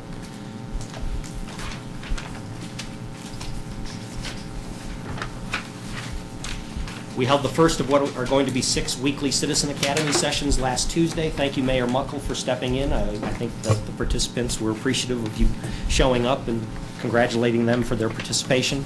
A great group. Asked incredibly intelligent questions, and I'm looking forward to week 2, which will be devoted to public works. The week 1 was devoted to municipal finance. Everybody seems to be interested, rightfully so, in the roundabout. We are still on target for substantial completion of the project on September 23rd. That is later than when we originally signed contracts, but the board has been kept abreast of what some of the problems are. Temporary lighting will be installed by the end of this week, and the permanent lighting, based on the most recent reports from Excel, is scheduled to be installed by the end of November. We did have some minor icing last Friday morning, particularly at McCaslin and 128, but the Sheriff's Department said that our contractor responded very quickly and thoroughly and was very pleased with the follow-up. And then the last has to do with the item that we'll be talking under 7D or 7E, which is the Remington-Oxner schedule, which includes the next step after tonight, the Planning Commission beginning their public hearing process a week from tomorrow in this room. Trustee Gregores? I just had a quick question about why did Excel change, I mean, the latest, the earliest is the late November, could go into December, or When we signed the contracts, we were told 4 to 6 week turnaround for the polls. We signed those contracts late August, and now they're telling us... I know, that's my question, I guess. Now we're talking about 12 weeks practically. Exactly. And you'll recall that we experienced the exact same problem on Coal Creek. And on the Coal Creek streetlights, not only did we find the lengthy delay, in that instance, it was almost a year to get the poles. Then when they got the poles, they said, oh, by the way, instead of 117, it's going to be 240,000. But what's their explanation, I guess? They have none. It's a monopoly, and we have nobody else to get them from. No authority.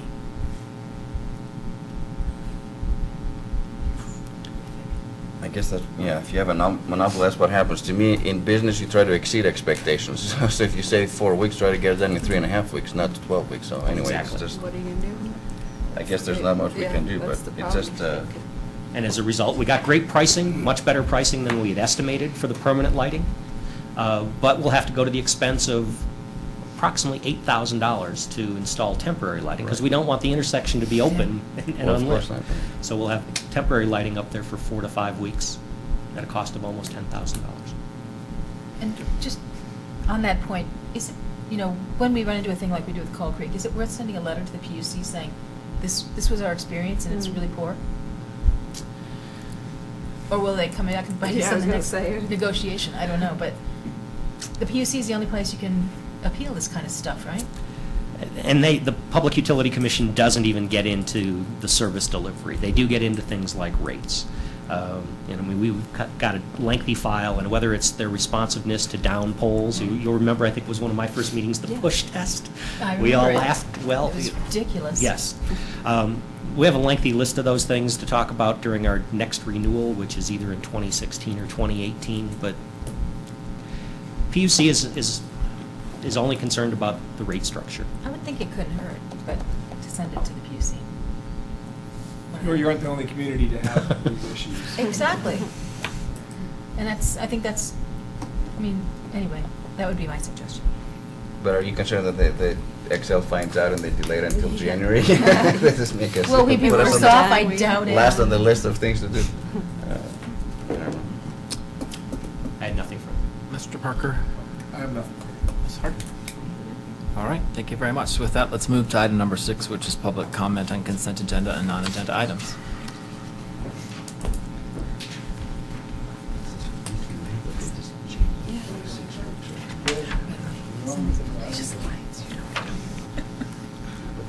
They provide power well. Gladys Forshey, 404 South 3rd Avenue. I have two things. 7E was pulled, is that right? So it'll be discussed later? Yes. Okay, and number 9, will that be discussed later? Okay, thank you. 9 will be discussed later. 7E.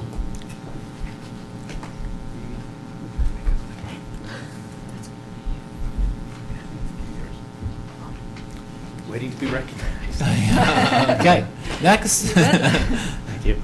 Jim Payne, 2475 Clayton Circle, and Chairman of the ProStack Advisory Committee.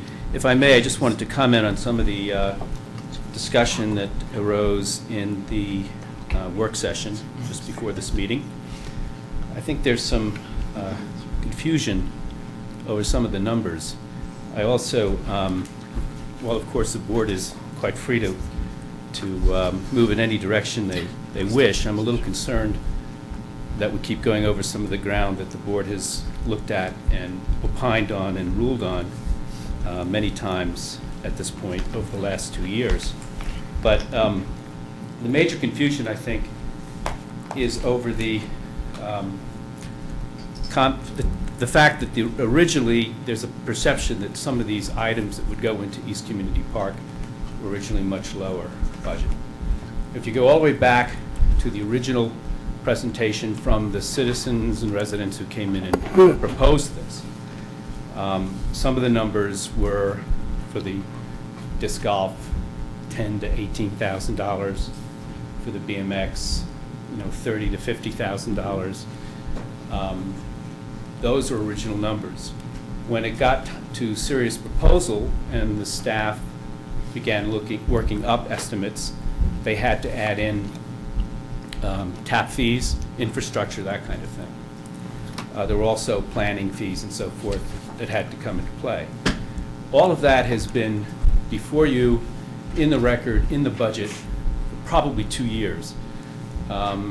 What's changed, and the total for all of those pieces with the dog park, and the dog park was a big ticket item.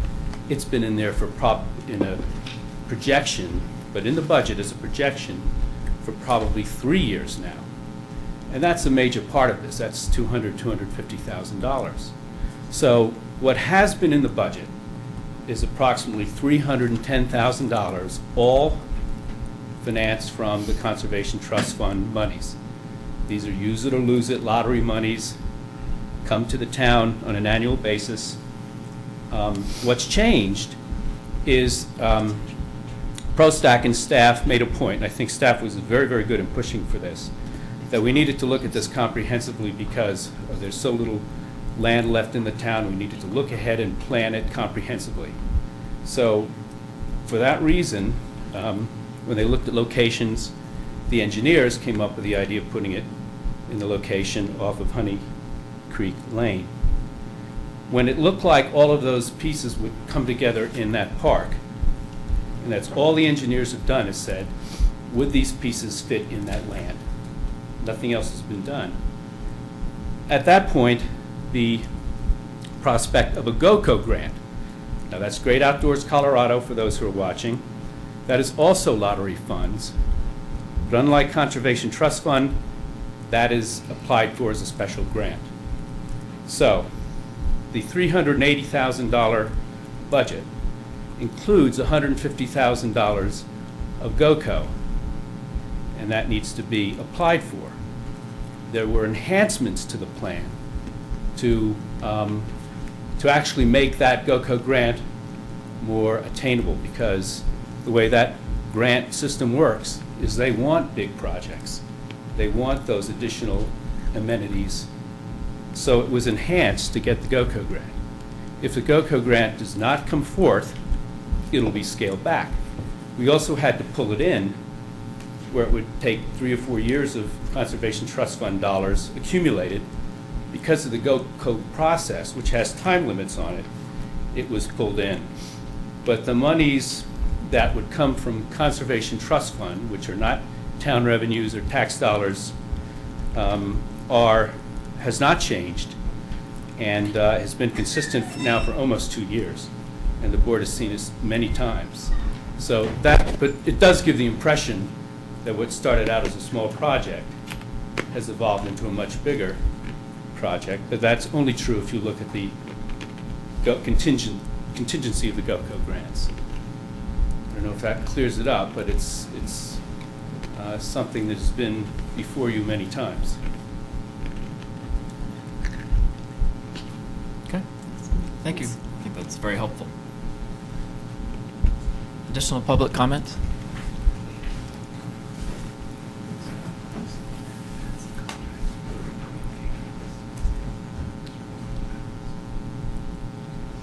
Mike Akins, 2220 Kyoto Lane. I'm here to talk on behalf of the Chamber of Commerce. I'm the co-president. I have with me Heather Craycraft, maybe she looks familiar, some of that. Bob McCool's on the board with me. I'm one of the co-presidents this year. Wanted to talk about budget line item. I thought we'd get to it in the previous meeting, but ran out of time. Thought I'd bring it up now, if this is the right forum. Just want to do a little education, get people up to date on page 5, if you guys have the budget, line 83. General operating fund. Sure you have it all memorized by now. Historically, going across, the town is given $15,000 in support year after year after year. And next year it's scheduled to go down 1,000, 1,000, 1,000, 1,000. And it looks like it's some kind of phase-out schedule here. So I just want to get on the record somewhere of what's the plan with the town and chamber relationship on the support side. It's a question. I don't know if it's appropriate to ask for questions, but I throw it out. Secondly, if you turn back to page 2, line 50, item 56 is deeply related. This is community events contribution. You see that line item? Okay. And 09 budget was 8,500, and earlier in April we changed the agreement to reduce that to 4,000. What this is was the chamber took over working with the businesses for all the events, and we collected dues and we funneled this money back to the town as a form of a check. So in other words, in 08 we paid the town $8,500 for the privilege of working with the businesses to funnel back event cash. Because in 07, the town collected $8,500 from 6 companies that wanted to advertise. We said in 08, well, we'll take that over. We'll raise our dues. Whatever we take, we'll just give it back to the town. We're kind of a liaison. Well, in 09, we all know what happened with the recession. There's less and less companies want to contribute. So we reduced that agreement to 4,000, and anything above that we would just give in 100% back to the town. So maybe you don't know that. So out of that 15,000 comes our way, 8,500 immediately comes back. So the net of 6,500 is really what's given to the chamber. I'm talking small numbers here, 6,500. And what we do in the chamber is give the town a platinum membership. $4,500, that's our top membership. So you're on all the advertising. So in reality, $2,000 above a membership is donated to the chamber to use as we see fit. And now with all this extra manpower, Heather's put in over 100 hours going to town event meetings to plan for these things. We feel like, well, there's more and more responsibility on the chamber and less financial support. 15,000 minus 8,500 minus a membership, it's all round off error in a $9 million budget. So we're just asking for, going forward, we want to be more and more interrelated, but what's the right level of priority for chamber support? Okay, great. Thank you very much for bringing this forward. Trustee Skolnick, did you have a I had a question, not question? on this particular thing, but on a chamber issue. So I think the how to close this loop is that we'll be continuing to discuss the budget. We're not, this is for clarity, that this is just a preliminary approval. It's a statutory requirement from the state. The budget, when we come to adoption, we'll discuss this in greater detail. And I only bring it up as general information because I don't think anyone here understands the line item details that our $60,000 budget must absorb. Yeah. I didn't get that give back thing. Great. Yeah, I appreciate it, thank you. Yeah, sure. Yeah, thanks very much. Trustee Skolnick, I had one question for the chamber representative. So last board meeting, I raised an issue that, about the fact that there seemed to be some movement of businesses away from Superior towards Louisville and some other communities because of high rents, and wondered whether there wasn't a role for a town in helping, in talking maybe with some of the landlords to see if there wasn't some give in that. Do you think that there's a role for that? Have you seen that kind of flight, et cetera, et cetera? Well, we have one of our board members did exactly that, Brad Hughes, State Farm, transitioned over there because it's $10 less a foot. It's a financial reason. Yeah. I don't know the answer to that. I mean, Heather knows the businesses more than anybody in this room, and who could answer that? Thank you. Real quickly, Heather Craycraft, the Executive Director of the Superior Chamber of Commerce, located right behind here. Lisa, to answer your question, I have reached out to our local contacts for the business areas just as a resource and said, if there's anything we can do to develop those relationships, I would love to be part of that. The town manager and I have also talked about that, about continuing that retention effort and anything else we can help with.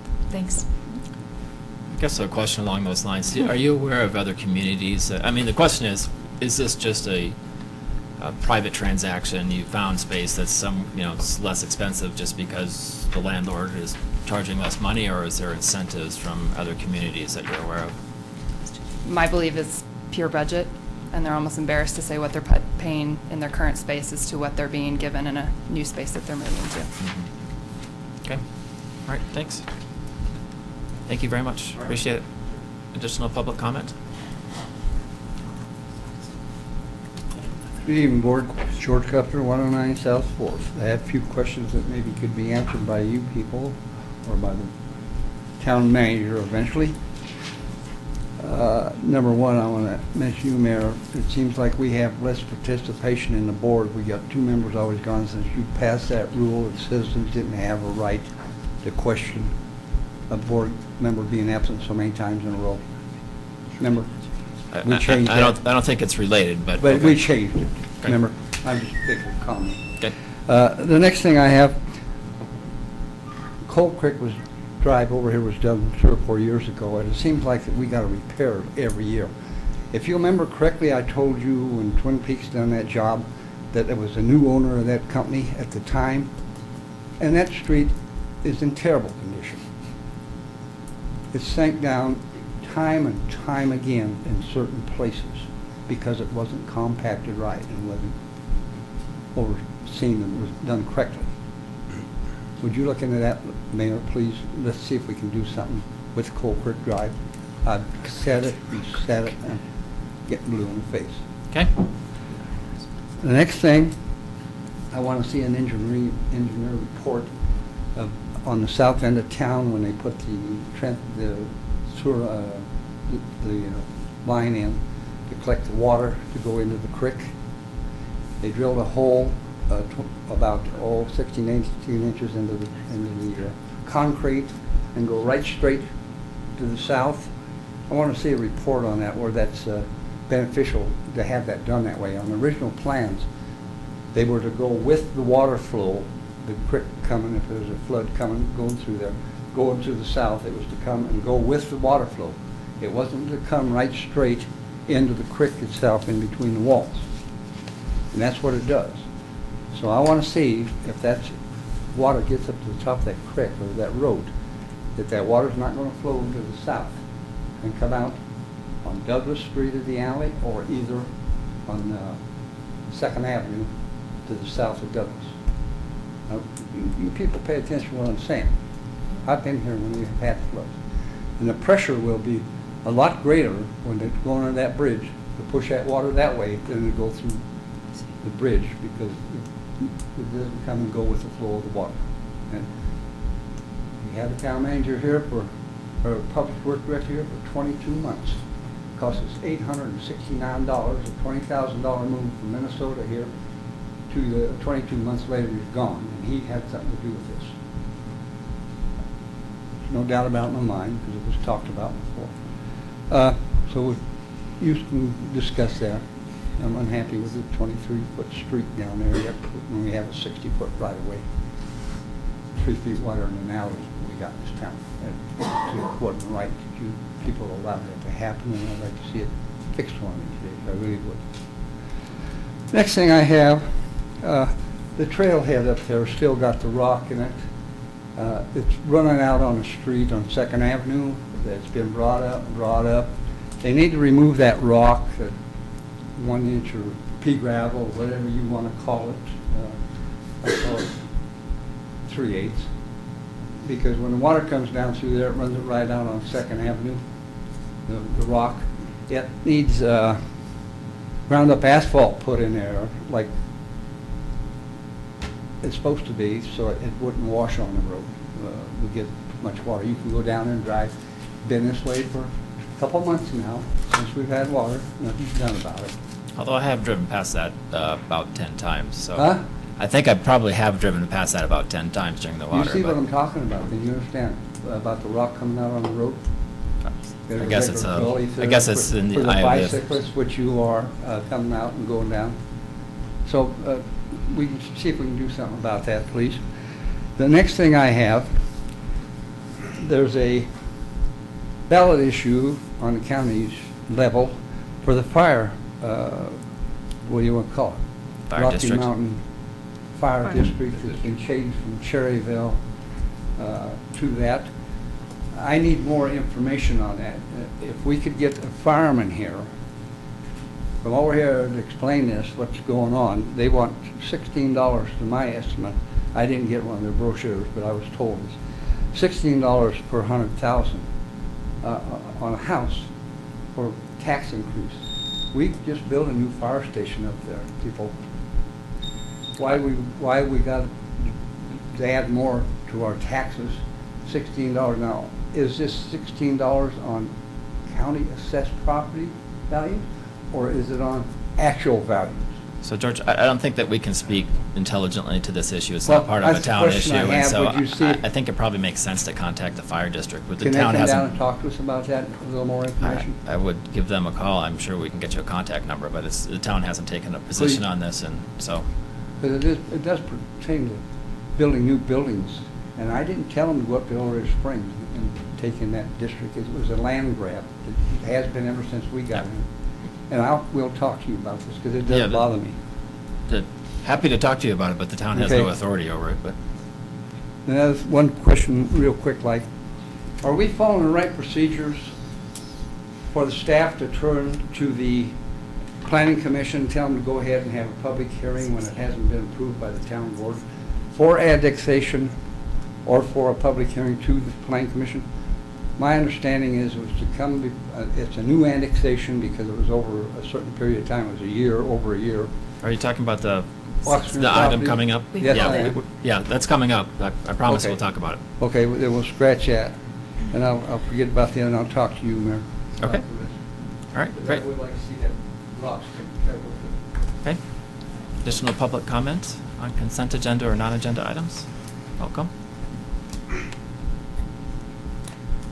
John Nybarger, I live at 1514 Waldona Way. I wanted to comment on number D, the resolution supporting Boulder County ballot issue 1A regarding open space. And just wanted to say that both I personally am in favor of this, as well as the Open Space Advisory Committee.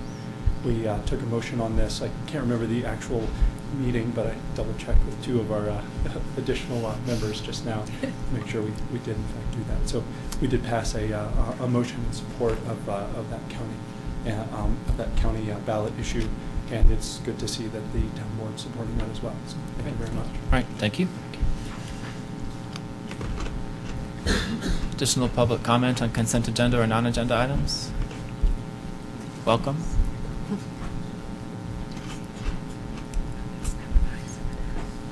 Hi, I'm Joe Labazon, 949 LaSalle Street. What I came to talk to you about, I just want to preface it with a couple of things. The new the recycling bins were being delivered as I came down here, and you can't miss them. They're huge, like trailer trucks, and there's a crew of, I think, 8 to 12 people, and they're just like a machine going up and down each street. So they're there. On the CAC, it was mentioned that they don't close. Mine doesn't close either, but they assured me once they're hot, once they're warm, the plastic expands, they close. So hopefully they will, because if they don't, there would be stuff every place. I would have a question, Eli, I don't know if you would know it or not. I noticed there's a big dumpster on the corner of El Dorado and Indiana, and they're throwing all the old ones away. I would hope that they're looking at something besides just throwing them away. That's a lot of plastic for the landfill. I saw a bunch of them. They were stacked in a trailer. Most of them. They must be. No, they're ones that going to are use them for enclosed something there. else, but I'm not sure where and who. Yeah, If they you go would home not. tonight, you might go by, there's a big, one of those, you put them in a truck. So actually, Joe, that's a good point. I think we need to leave the old ones now, which are really new. They're only been there a few months out, so they can get picked up. Otherwise, you're going to have more things in your garage for another week. So we can just leave it. And alone. most importantly, it's 2-1, the Rockies were losing when I came down. Oh, no. So I don't know Oh. if they're going to rebound or not. Most recently, it was 4-4, but. All right. Okay. There you go. It's 4-4? Extra innings. Since I left a half an hour ago, that's awesome. I'm here to share just some observations with you and some thoughts that I'm not sure the board knows about. In relation to a little bit of what was on the CAC, and I'm not going to talk about the CAC, and I'm not going to point any fingers, what's said on there, and whether it's civil or even criminal, or accusations is a matter really for the law enforcement and for lawyers. But some interesting things came out of the dialogue that was going on the CAC last week. I had a number of emails, phone calls, and personal visits from people I never met. I had no idea who these people were, and their number one thought was, thank you for saying what you did. I'm scared to death to ever say anything against the town. And I thought to myself, I can't believe that there's people who live here that are afraid to speak their mind. I may be too forward and too abrasive, but I think I have the ability to say what I want to say, and I think you all know I will. But it really bothered me that we live someplace where people live in fear about trying to participate in their town government. Now, you know my comments on the sign.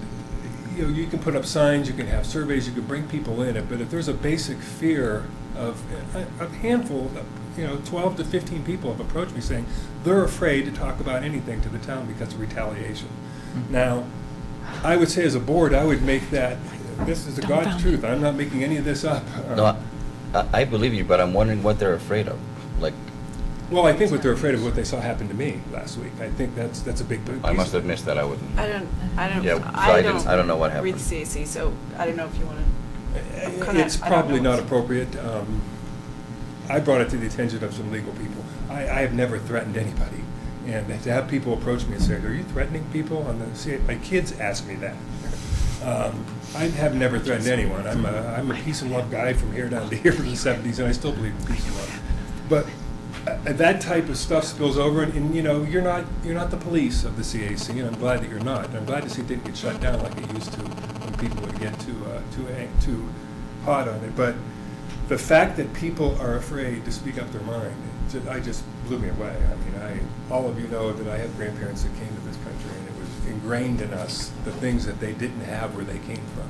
And it was just unbelievable that I could think that there's people that live here that would never say anything. So I don't know what you do, and I don't know where the trust is, and I don't know how you embrace it.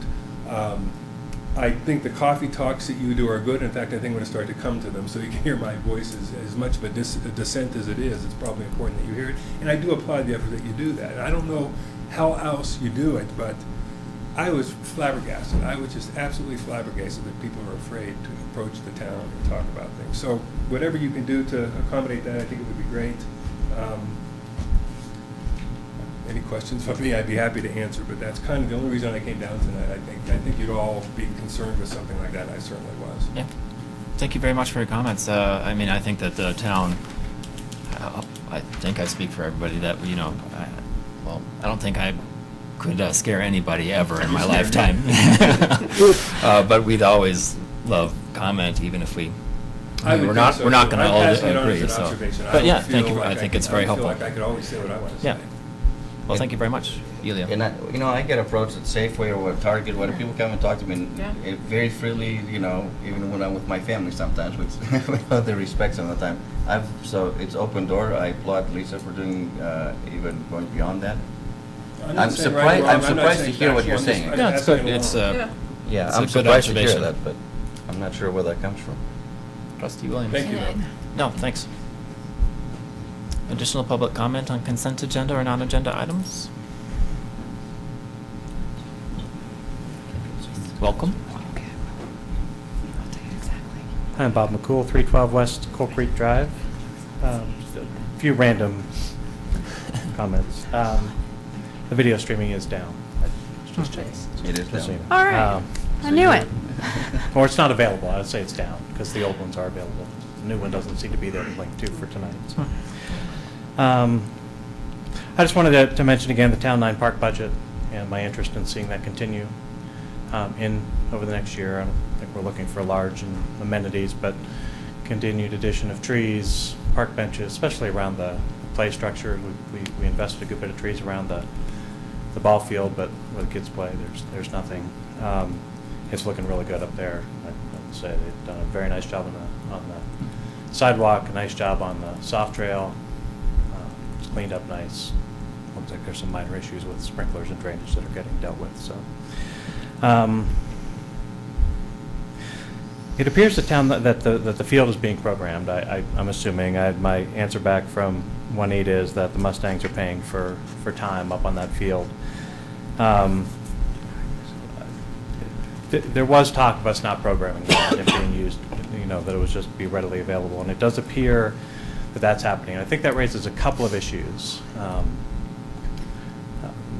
For one, if residents want to use it, then it's reserved. I mean, if they come and use it, they get there first. I mean, that's the way it goes. But it's being lined, and it looks like official practices are being held. It's for practice, not for games, though. Not right? for games. Not Yeah, for these games. appear to be practices.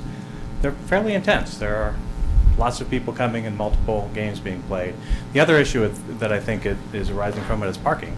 So twice I've come home and I've had to wait coming down Coal Creek because they've parked on both sides. Lots of parking over on the other side on Sycamore, and there's even the whole lane along 76 Duet. People always park there.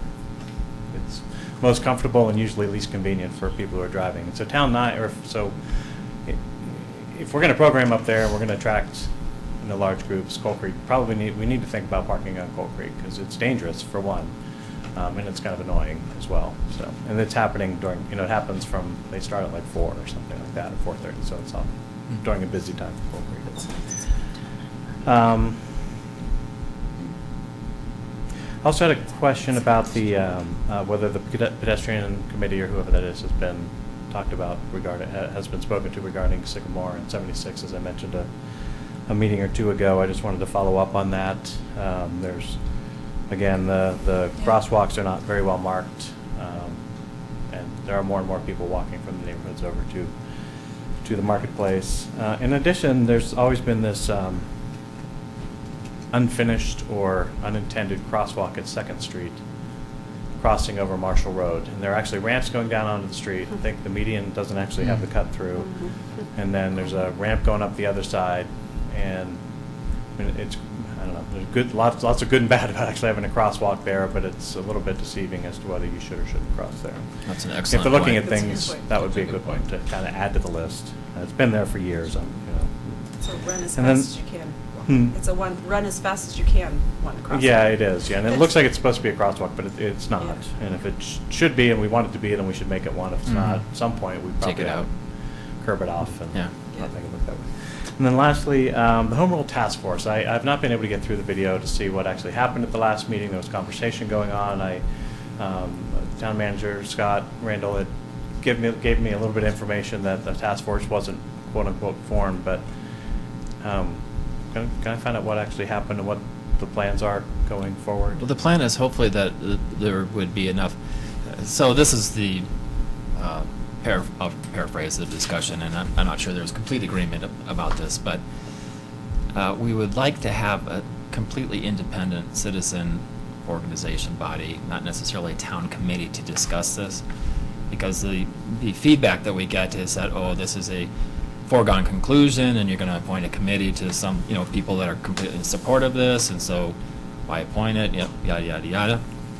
Hopefully, this is a committee that is a purely citizen organization that can say, hey, yeah, it makes sense, or these are the issues, doesn't make sense, and kind of give their structured response to the board, just how they feel about it, positive, negative, and what are the issues. So I think it didn't really, unfortunately, it hasn't really gelled. Since given that that's a much more difficult organization to form, that there's not really anybody spearheading it necessarily. So I would say that unless the manager knows anything different about this, I think it's just sort of out there at the moment. Okay. Nothing else. I mean, we had the 9, 10, or 11 people that had, as a result of our solicitations, who had expressed interest in serving. And those were the names that were presented to the board, but at the time, in September, the board said, we're going to take a pass. So I don't know necessarily. So I don't know if it was necessarily a pass. I think that how we left it was that we'd love to, I mean, I'd love personally, I think I speak for most people, that love to see this come to fruition, but don't really want to drive the process too much. You know, we would be able to provide support for the committee, organization, group, whatever you'd like to call it, as requested. But once again, really want to keep it very hands-off of that process, just so that we don't, you know, appearances sometimes are more important than actuality. Right. So you're looking for a citizen-driven initiative? on Exactly. this? Yes. Exactly. Don't want Not to a have board-driven board level? initiative, right? Exactly. We're Okay. hoping to get people that are pro and con, or just trying to find information and see what Or citizens nobody, think because about there's it. definitely, there's a lot of, I think a lot of people are scared of what it means because it's not understood, but, Yeah, it's Right, not you know, a formal I hear things like, well, you know, it's just the board's desire to raise taxes. You know, I mean, I just read these things, I'm like, there's a lot of misinformation I out think there, there's a lot of misunderstanding. misinformation, but, you know, maybe that's, if there's that much misinformation, and it gets back to the manager's approach about just trying to provide, I think also that people think that the information process that the manager's been putting out there, just kind of, these are the issues about home rule, is like a campaign of something. It's really just trying to provide communication and understanding about what home rule is. So, yes, I mean, I think that a citizen committee would be fantastic, and I don't know if we can support that somehow or get that to come. You know, we really need somebody to spearhead it. So, Okay. since you're standing at the mic, we'd be happy for you to do that. I'll be your response. Thank you for your comments. Thank you. So that's where we're at. Thanks. Appreciate it. Additional public comment and consent agenda or non-agenda items? Can I, before we? Yes, Trustee D'Souza. I just was wondering if the town manager can verify whether or not the Town 9 is being programmed, because I would kind of think that's a policy decision, because when we set that up, it was originally not going to be programmed, so I'd really like to find out whether or not. We shared with the board at least 2 months ago the fact that because of some turf damage at the ball fields in Community Park, some of the younger kids' practices were being scheduled at Town 9. But it's a temporary thing. Temporary. Temporary. Temporary, okay. but temporary for the season.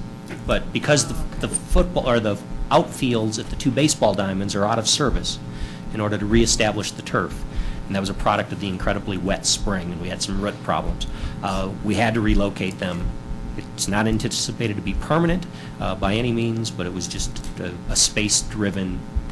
So all the games are still being held at Williams Field in Community Park, but there are a lot of the practices that are happening at Town 9.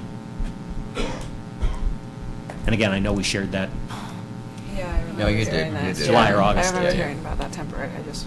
Yeah. Trustee Skunats. So if that's, I didn't know about that either. I must have missed that meeting, and thank you for repeating it. I think that's good for everyone. And the other thing I would say is if parking is becoming a problem, maybe we put up some A-frames that say no Town 9 parking on Coal Creek or something like that, and try to alleviate that problem if that's happening. But the discussion about that also reminded me of another issue I thought about when I was driving in town the other day, and that was, I'm still not sure that yield sign is working very well coming off the off-ramp towards when people are then going to turn right into the marketplace. I see this, free-for-all nightmare going on, and I don't know, have there been any traffic accidents there? And if not, I can't believe there haven't been any traffic accidents there. And honestly, I think our next step ought to be considering lighting that, making it be under this control of the same lights as the not right turn part, because I feel scared every time. I don't go there that way because I'm totally scared every time. There are a lot of close calls. It's really bad, But and for some reason, no accidents, but there are a lot of close calls. Yeah. And it backs up a little bit, too. There have been accidents, and a couple of things that contribute to it. The fact that actually it's a double right, but most people don't take advantage of the inner lane right. I'm talking about the fact that those people are doing fine. It's the people also then trying to merge in. No, and it's some a lot of people merge out. right-hand off-ramp wanting to get over 2 and 3 lanes. Exactly. Before And they the get to other people Marshall. trying to merge in, yes. Yeah. If somebody's going to the ice rink, as an example, they shouldn't take the right-hand lane. They should take the middle right. Yes, I understand. But- I understand what should happen, but it's Mhm. also, It doesn't. it's dangerous in lots of directions. People are going in all kinds of directions. So we installed the yield. There have been some accidents at that location, but where it hits on the hierarchy, you know, it might have been on top 5, but it certainly wasn't the top 2 or 3 intersections of our accident history. We have looked at some other alternatives, but And I think we should consider as one of those alternatives, making it under the control of the same light that handles the going straight and turning right, so, that you can only turn right on the light, same thing. on green, Yeah. no right turn on red. It seems like the safest of the alternatives. I'll pose that to Alex. It will cause some because the ramp isn't that long. It Yeah. will cause some backups, whether it's just on the ramp or whether it backs up into the Maybe he can test it. on the 36. It's just really dangerous, it seems to me. Okay. The yield signs only helped a little. All right, thanks. With that, let's move on to item number 7, consent agenda, and remaining on the consent agenda is approval of the minutes of September 14, 2009, and September 28, 2009 meetings, approval of a liquor license renewal for Chuck E. Cheese restaurant. Oh, I'm sorry. Oh, yeah, I need to abstain from the minutes of September 28th. Yeah. I wasn't here. Yeah, okay, let me just, yep.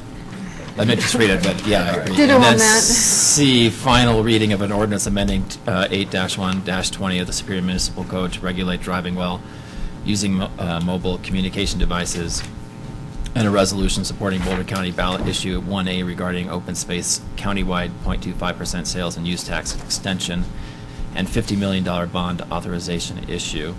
With that, I'll entertain a motion by Trustee Skumat, second by Trustee D'Souza. Discussion. Okay, yes, I need to abstain from the September 28th minutes. And also, I didn't realize Chuck E. Cheese had alcohol. I was surprised. Yeah. But given the noise in Chuck E. I can see why they need alcohol. So- They do. All Yeah. right.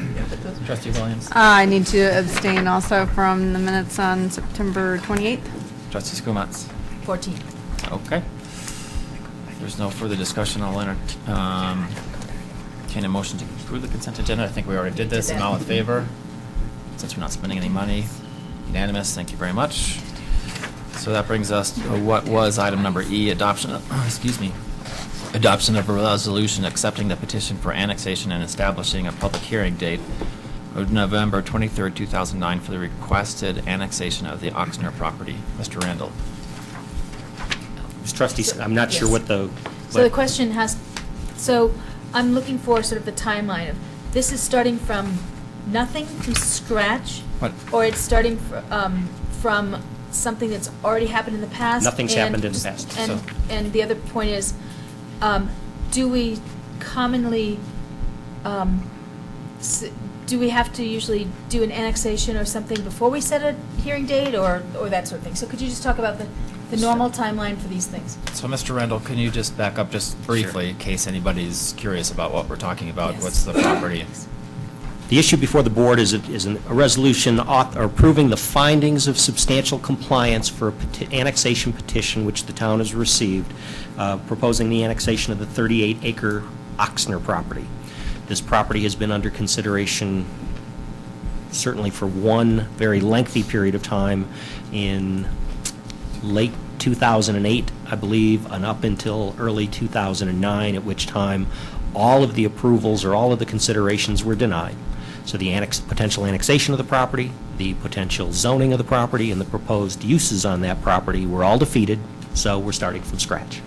And the property in general is located? 38 acres located on the south side of Coal Creek Drive, slightly west of Fifth Avenue Extended. Fifth Avenue doesn't exist through there, and it goes almost all the way to 76th Street. Again, 38 acres. It goes from the south side of Coal Creek down to the creek. The last time the board discussed any of this, they entered into a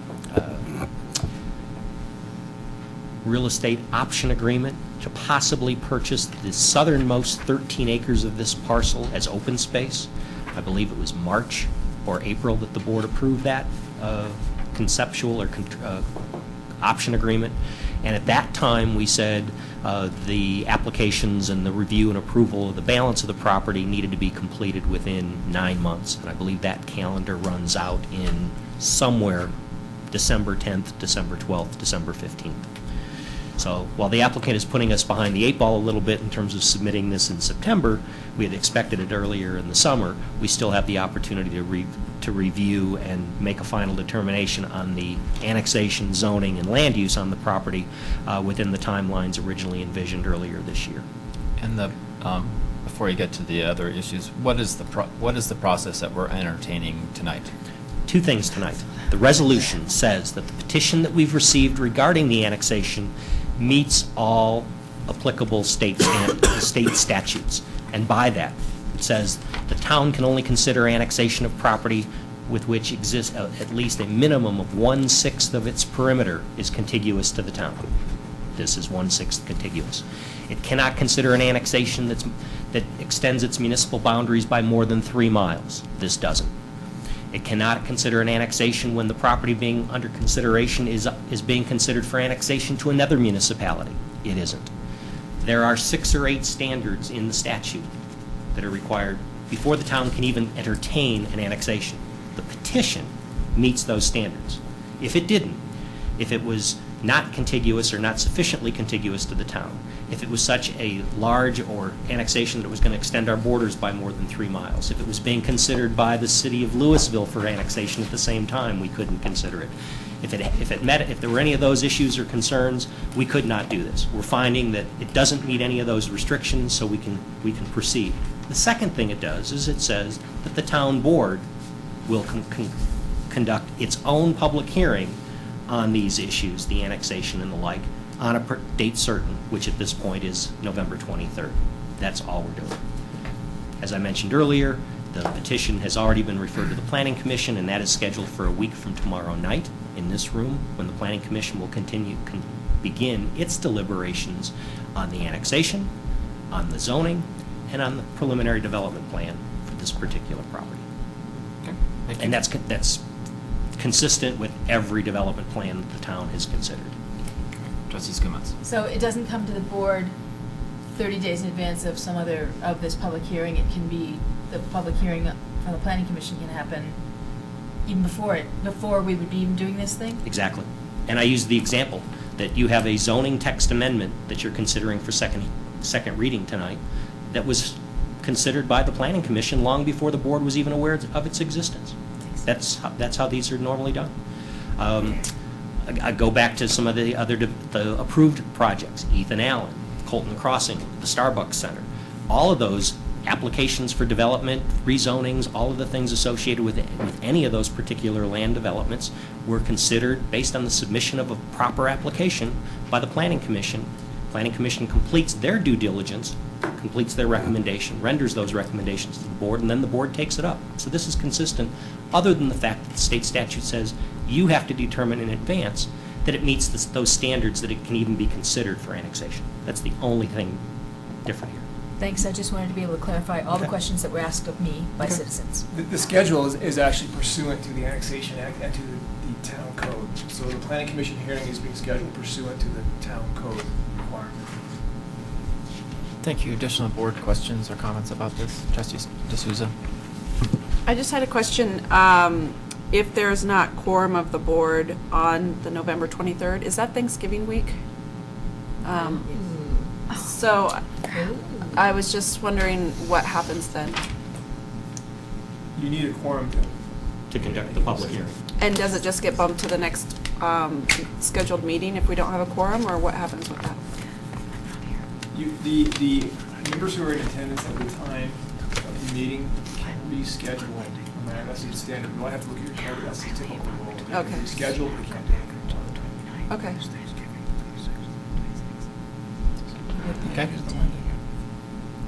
My suggestion would be if we learn ahead of time, we're not going to have a quorum to deal with scheduling issues. I'd say it's a possibility. Phyllis will be sending around an email to say who is in town during that week. It says date certain, doesn't it? You have to. Didn't you say it had to be date certain? We have to approve the date We are right now. we are scheduling tonight the public hearing for November 23rd. You know, if we find that date doesn't work because we won't have a quorum, or maybe the Planning Commission hasn't completed its due diligence, the board would, sometime before November 23rd, schedule a new one. Okay. And we've done that before. Yeah, that's the way to be consistent with annexation, actually. So somewhere in this state, doesn't have to be on this date based upon what we're doing tonight. There's You're- flexibility you're between picking 30 the and date 60 days. tonight. I'm saying is that if we find that that date doesn't work, because attendance is an example, between now and then, we'll have the board approve a new resolution establishing a new date. The public hearing for the board has to be established by resolution, so the board will establish it by resolution at some point. And that wouldn't cause any consternation. Not under the annexation act or the code, that's fine. That's the way we have to do it. Trustee Gregoris? It sounds like that whole week the schools are out, They are, The kids have off the whole week. the entire week. So that would pose a potential problem. I'll be here. Yeah, I'll be here that week, but I won't be there the 30th. So Oh, the following, is that the following meetings? it's not a normal. We'll No, send they we'll send wouldn't be around the an Monday. we'll send around an email. Yes. Oh, yeah, the second. Okay? Yeah, okay. All right. Any other board questions or comments about this? Public comments? George Governor, 109 Southport. I kind of disagree with this procedure we're following here. The board allotted money for a committee to work on a land use code, and committee did work on it. This zoning change came about because there were some questions by the planning commission pertaining to the zoning of the 30 to 40%. So the money was approved before. We're on the Oxner one at the moment. Just the find It's the. not the reason. We've this got is the 70. procedures, what I'm telling you, that you Okay. allotted money to have the land use committee to work on the land use code, which is new annexation and the whole thing. It wasn't just up and done. It was, the board approved it, and the board should approve the Oxner deal and send it to the planning commission so they have some authority. Staff don't have the authority just to send it to the planning commission, and it's been over a year since it's expired. It's a new deal altogether. It comes before the board, and the board sends it, reviews what There's they a- want here. That's So we not can what our, take it up. that's not what our Chapter 16 land use code calls for. There's a process for submitting applications, and it's being followed in this instance. Okay. Additional public comment? Gladys, 404 South Third Avenue. I too have a concern about this going to the planning commission. It seems like there's a step missing here somewhere. Has there been a published notice on this public hearing in any way? The one for the 23rd? Well, it's a public hearing for the planning commission next Tuesday, is that right? Planning commission is having a hearing next week. Yeah. I'd So assume that they- is there published notice for that public hearing? Yes. Okay, all right, I hadn't seen it, that's the reason I just wanted to double check. Okay. So I still have this concern about staff sending it rather than it going through the board. I still have a concern about that, I'm not real clear on that scenario. My other thing is, if this is scheduled for November 23rd, which is Thanksgiving week, and, some may be gone, some may not be gone, then if that meeting is rescheduled, if that public hearing is rescheduled, then are we going to go over his December dates, that you weren't sure exactly which date it was, 10th, 12th, or 15th, or whatever? Are we going to go over that deadline? Yeah, I don't know. I can just say that we're aware of the deadlines and we'll deal with them in the agreements if we need to, so that we don't lose any rights that we have for purchasing the open space property if we want to do that as part of the annexation. Okay, so help me understand now and then what I'm not understanding here. That it seems like, what am I not understanding or what am I not seeing? It seems like staff sent this directly to Planning Commission without it coming before the town board first. Which is the way that Chapter 16 calls for all land use applications to be handled. The Plan Commission receives them first, conducts its public hearing, renders its recommendation, and then the board takes it up. The board does not remand matters to the Planning Commission. And I'd have you look at the last year's activity of the Planning Commission and say, find one in which the board said, here's an application and we want you to consider it. The applications go directly to the Planning Commission. Article 5 of the Land Use Code basically sets forth how annexations get dealt with by the town, and it provides that the Planning Commission hears the matter before the town board provides a recommendation. So it's consistent with Article 5 of the Land Use Code, especially Section 16-108, which deals with what the Planning Commission is supposed to do. Okay, I understand the planning commission gets it before the town board. It just seems like that there's still staff is involved in it some way here that I'm not seeing. So I'll take your word for it. Okay. I can just say that we reviewed the procedures that are being followed, and they are consistent with the Annexation Act and with the town code. Okay. Additional public comment on this issue? Okay. Further board discussion about this? If not, I'll entertain a motion. Trustee Skumatz? I'd like to make a motion to adopt resolution number R-54, Series 2009, a resolution of the Board of Trustees of the Town of Superior finding substantial compliance with the requirements of CRS 31-12-107, paren 1, of an annexation petition filed by the property owners initiating annexation procedures and establishing the date and time for a public hearing to determine compliance with the Annexation Act of the annexation of the approximately 38.005 acres Ochsner property. Motion by Trustee Skumatz. Is there a second by Trustee D'Souza? Further discussion? All in favor? Unanimous. That carries. Thank you very much. That brings us to item number 8, which is a public hearing and approval of an ordinance amending 16-191 of the Superior Municipal Code. With that, I'd like to open the public hearing, and Phyllis, you have proof of publication. Thank you, Mr. Randall. Very briefly, this again is text amendment to Chapter 16, which is the town's land use code. Specifically, it calls for increasing the maximum allowable lot coverage in both the RL and the RM zoning districts. Shows you that in Section 191, it's actually a schedule of requirements and shows how it's going to be amended from 30% maximum coverage to 40%. This, too, was initiated came as a result of a recommendation request from a resident, was immediately heard by the Planning Commission. The Planning Commission unanimously recommended its incorporation into the text of Chapter 16. Staff concurs with that. Pretty straightforward. You've had first reading 2 weeks ago. After public hearing, staff would encourage your adoption of the attached ordinance. Questions from the board? Trustee D'Souza? Well, I did have one, and I thought that this was something that the Planning Commission had looked at and approved. Is that correct? They Yes. recommended. yeah, Recommended. recommended that. I think that's all for now. I have, and I should have brought this forward, but I have a couple of questions. So, the the Sagamore residential area. Do you know any idea what the lot coverage is in there, just for comparison's sake? No, nor do I know offhand what the lot coverage is, or my guess is that it was done as a planned development. Okay. All right. I'm just trying to get if it's going to look like, sometimes these things are very hard to visualize, and that if that was going to turn original town into looking something like the Sagamore development potentially, I'm not sure that we would really want to go there. So I just would like to have some assurance that we're going to protect the original town from becoming the Sagamore.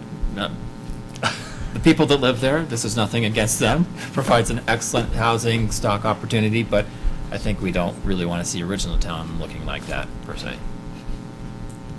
So I don't know if there's a way to...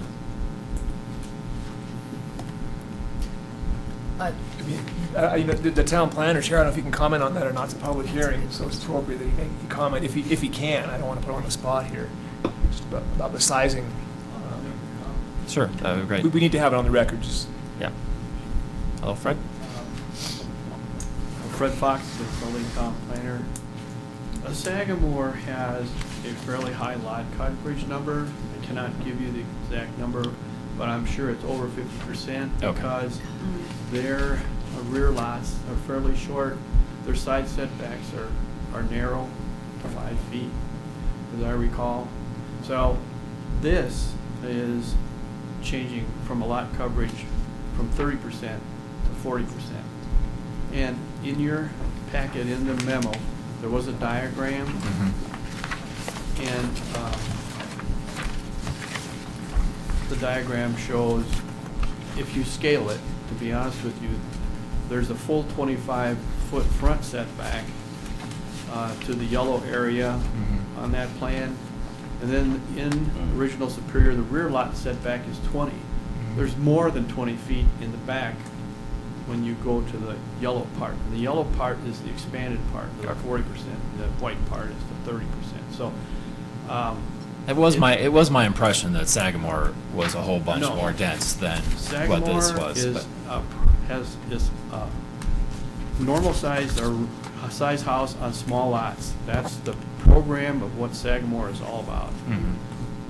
And so their lot coverage is in excess, I'm pretty sure, of 50%. Okay. All right, thanks. Additional questions from the board? Public comment about this issue? Comments or questions from the board? Anything else you want to hear? I'm going to close the public hearing here. Just want to make sure that we're all good. All right, with that, I'd like to close the public hearing. And either comments or action from the board, Trustee Skumatz? No, just action. Okay. Any comments? So I'd like to make a motion. Right? Okay. Town of Superior Ordinance Number O-13, Series 2009, an ordinance of the Board of Trustees of the Town of Superior amending Section 16-191 of the Superior Municipal Code. Motion by Trustee Skumatz, second by Trustee D'Souza. Further discussion? All in favor? It's unanimous. Thank you very much. With that, let's move to item number 9, which is an adoption of a resolution approving a real estate purchase contract for the Madsen property. Mr. Randall. This resolution and contract was originally presented to the board 2 weeks ago. At that time, the board tabled it. It's being presented again. The terms of the agreement have not changed. However, the attorney has pointed out that some of the deadlines that were included in the original agreement will either need to be amended or ignored. Specifically, this is the contract to purchase 1.4 acres of open space for using town open space monies. The property is located immediately contiguous to the town, but in unincorporated Boulder County. It is west of South 3rd Avenue. It is adjacent to the Arsenault open space property, Boulder County open space property, and potentially some of the Oxner open space property if we were to complete that future 13-acre land acquisition that had been discussed just earlier. The proposed purchase price is $106,250. I break that out to a per acre price only for comparative purposes. It works out to $75,893 per acre, which is less than what we paid for the Arsenault property and less than what we are proposing to pay for the adjacent Oxner property.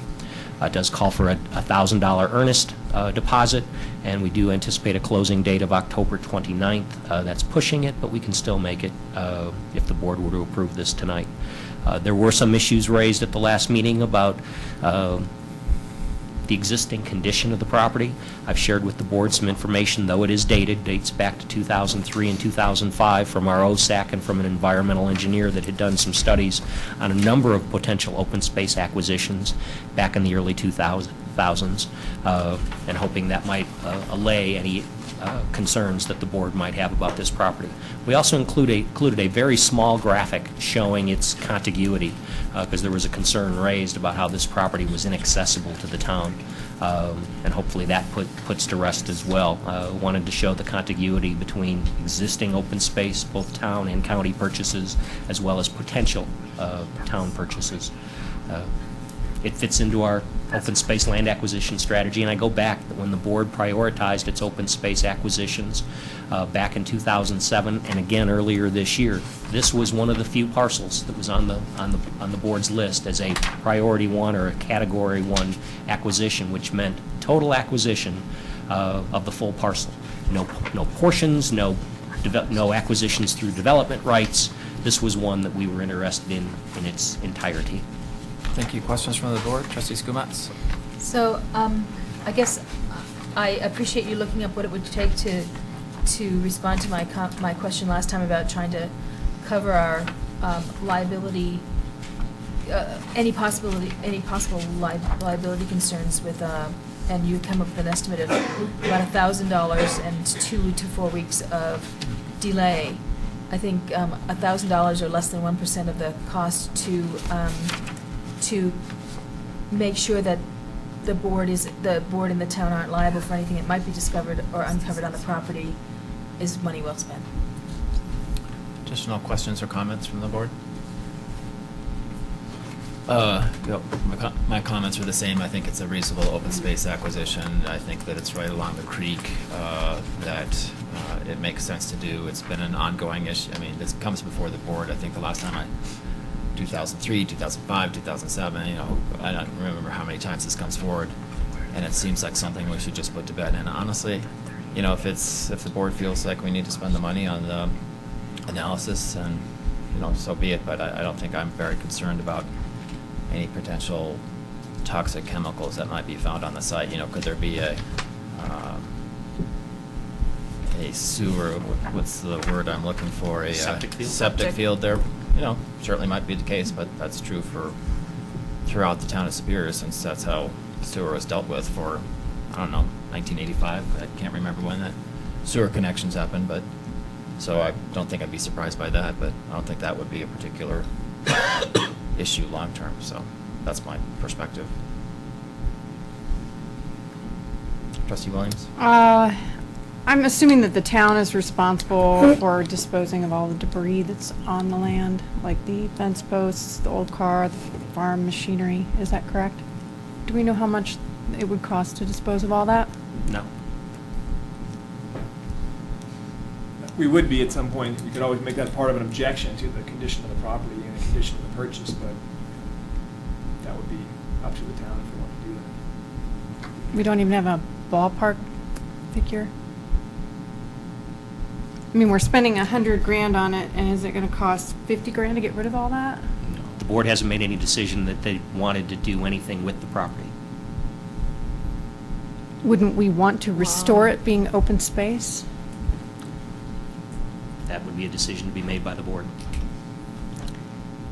So wouldn't it be an issue having to dispose of all the debris?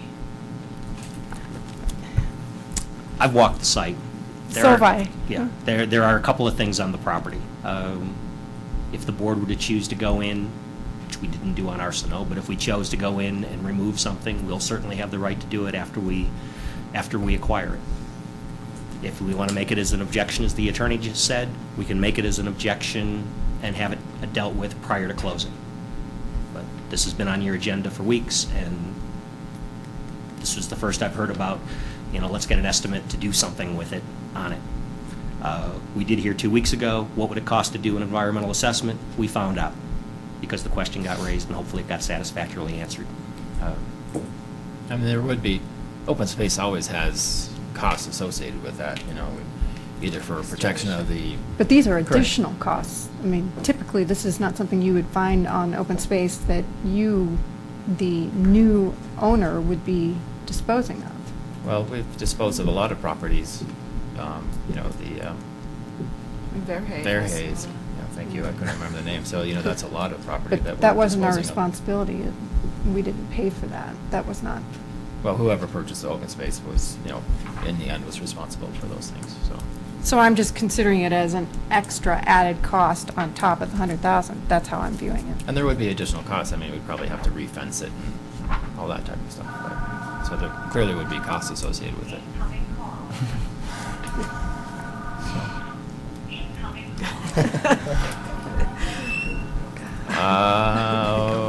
I think we just added a 10th item to the list. Please turn us off. Trustee D'Souza. Were you finished? I'm done. Actually, I was just wondering if there is old farm equipment, that might be something else that could go to historic park. That might be some other equipment that might fit in there. We do have, we've discussed, some of the things about budgeting, that we do have maintenance costs and everything for open space. I know that there's some stuff there, but I think it's manageable.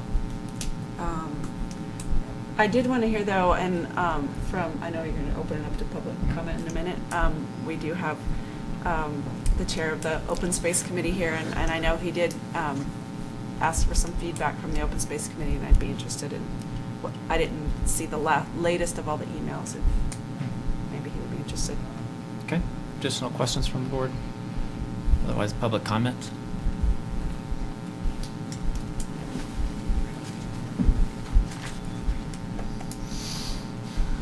Gladys, 444 South 3rd Avenue.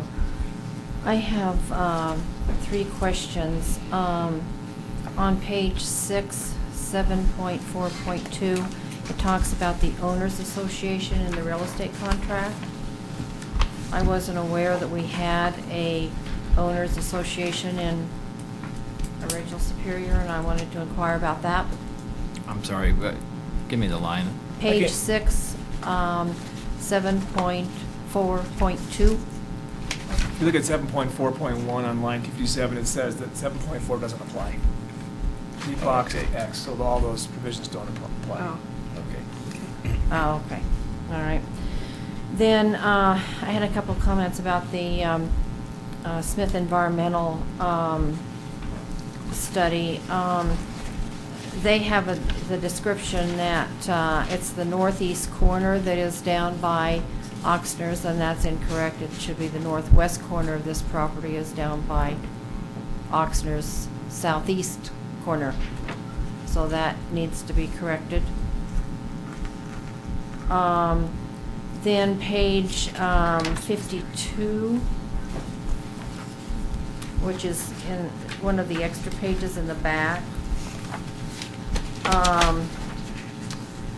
It talks about logs in the creek, and that cannot be done because it would affect any water flow for water rights, and so that in no way could be done. I'm very disappointed that they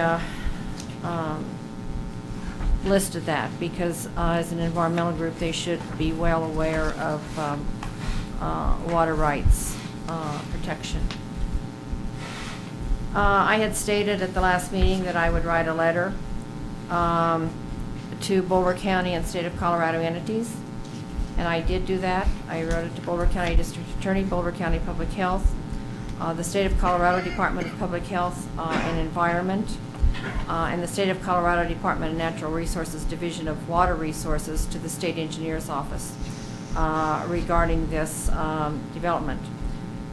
This is a massively contaminated piece of ground from 35 plus years of horses on the property in corrals, very simple pee and poop that soaked into the ground. There is a septic system, old septic system on that property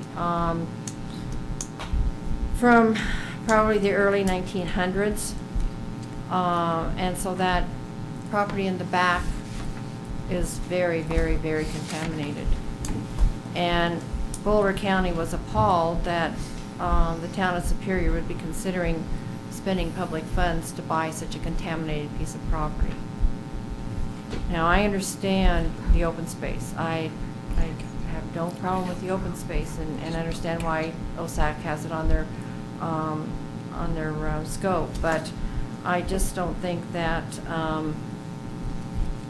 this piece of property should be used for open space by the town. Just leave it as private property, and the town not get involved in all the contamination in any way on this piece of property. Just a question. Thank you, Trustee D'Souza. Who in Boulder County did you speak to that said that they were appalled that the town would consider this property? Mark Williams. Thank you. Any additional public comment about this issue? George Cutler, 109 South 4th. All I gotta say, people, we vacated an alley behind all those lots a few years back. You're talking 20 feet alley all the way from a block and a half, or how much you're thinking about purchasing. It's a piece of property that we cannot use. What will we use it for? Just to look Open at it, space. $106,000 to look at it? The man come in here and requested a right-of-way to go through his lots to get and build back there, and it was denied by the town board. So why purchase something that was denied the right-of-way to if they can't do nothing with it? I mean, it just don't make sense to spend $106,000 on an acre and a half that can't be developed. Or an acre and a quarter. Excuse me, an acre and a quarter. I mean, what good is it going to do just looking at it for $106,000? Okay. That's all I got to say. It's just not a good partial for open space, period. Okay. Thank you. Additional public comment?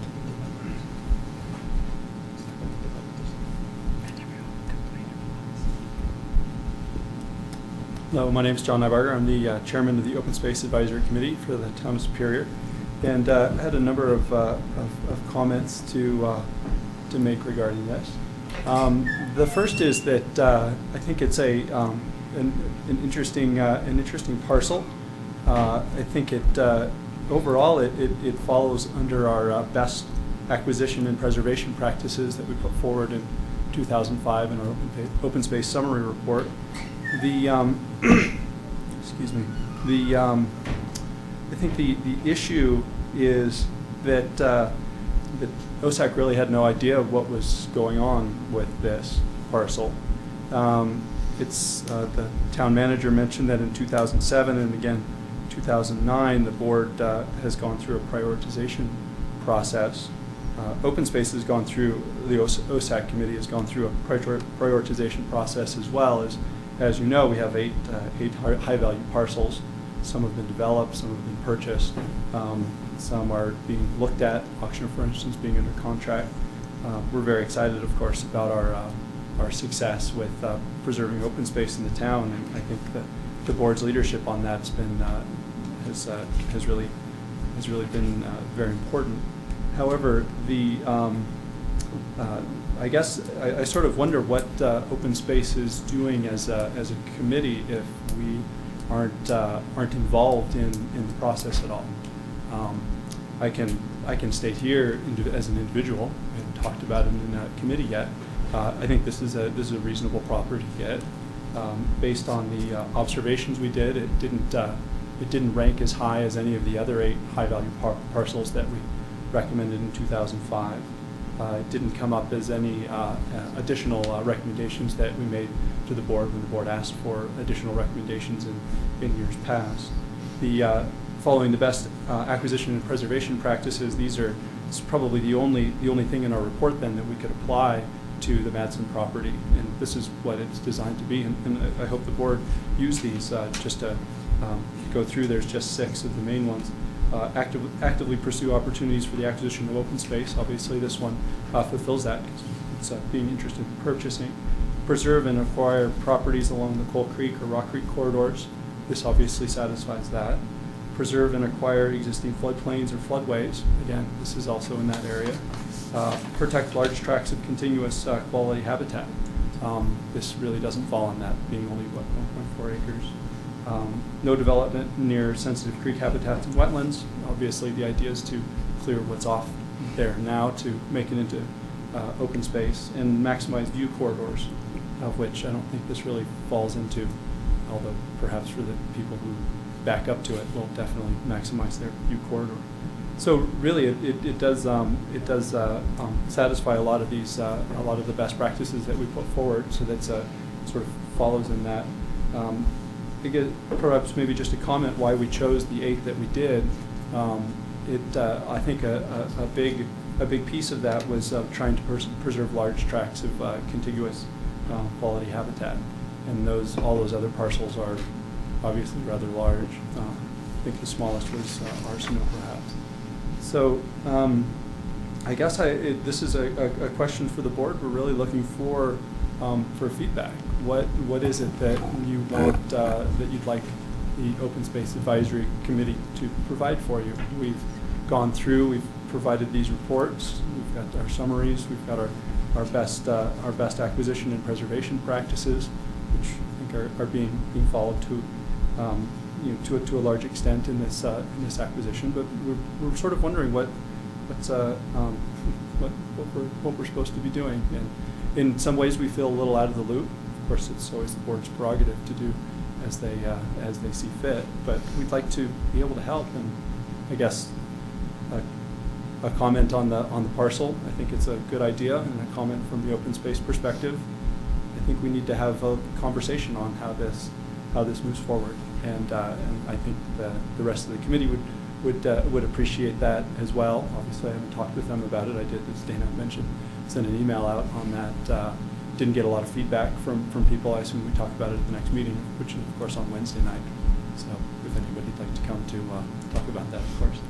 So those are my comments. Great, thank you very much. Trustee Skumats? I think, from my understanding of what we're looking for from advisory committees is advice, but not acquisition help.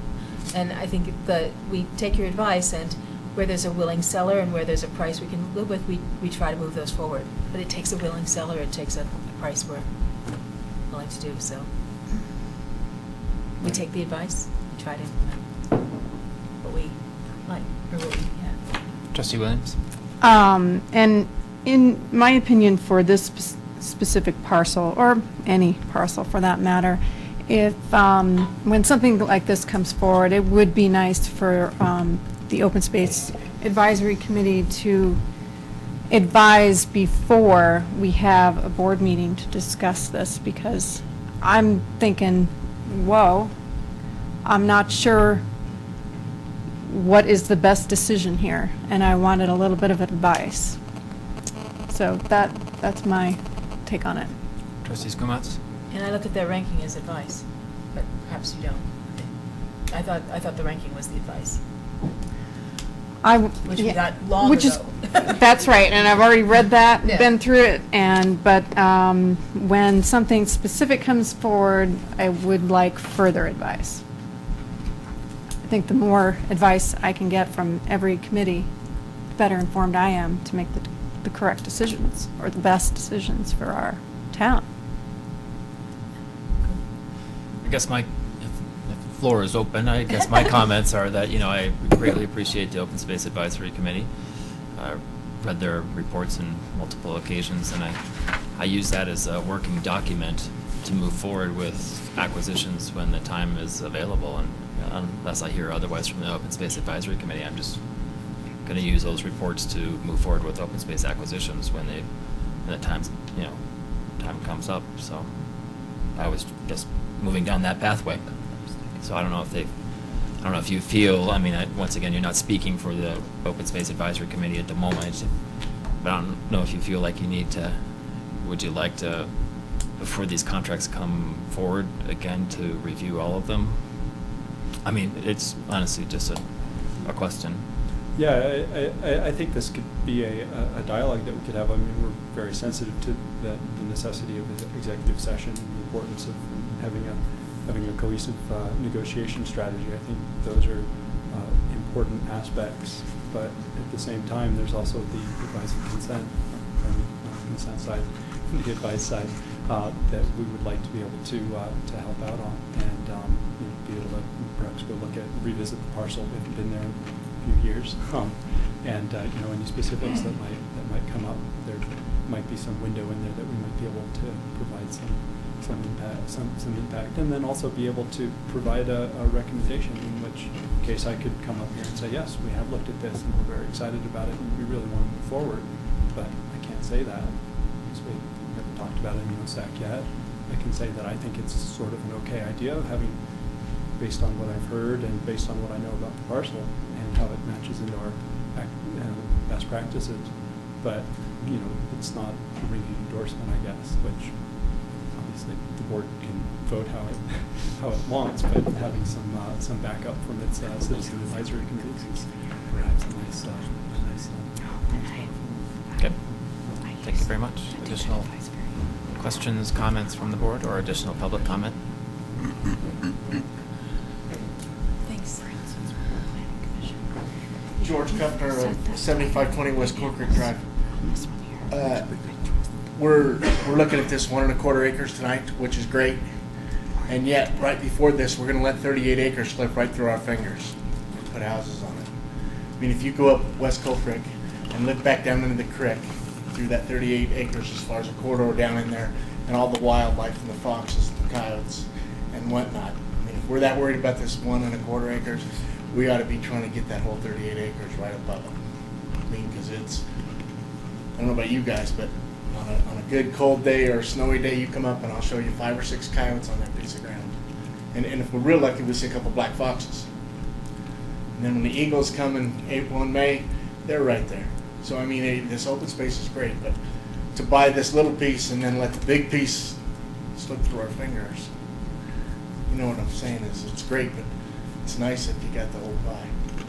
Thanks. Okay, thanks.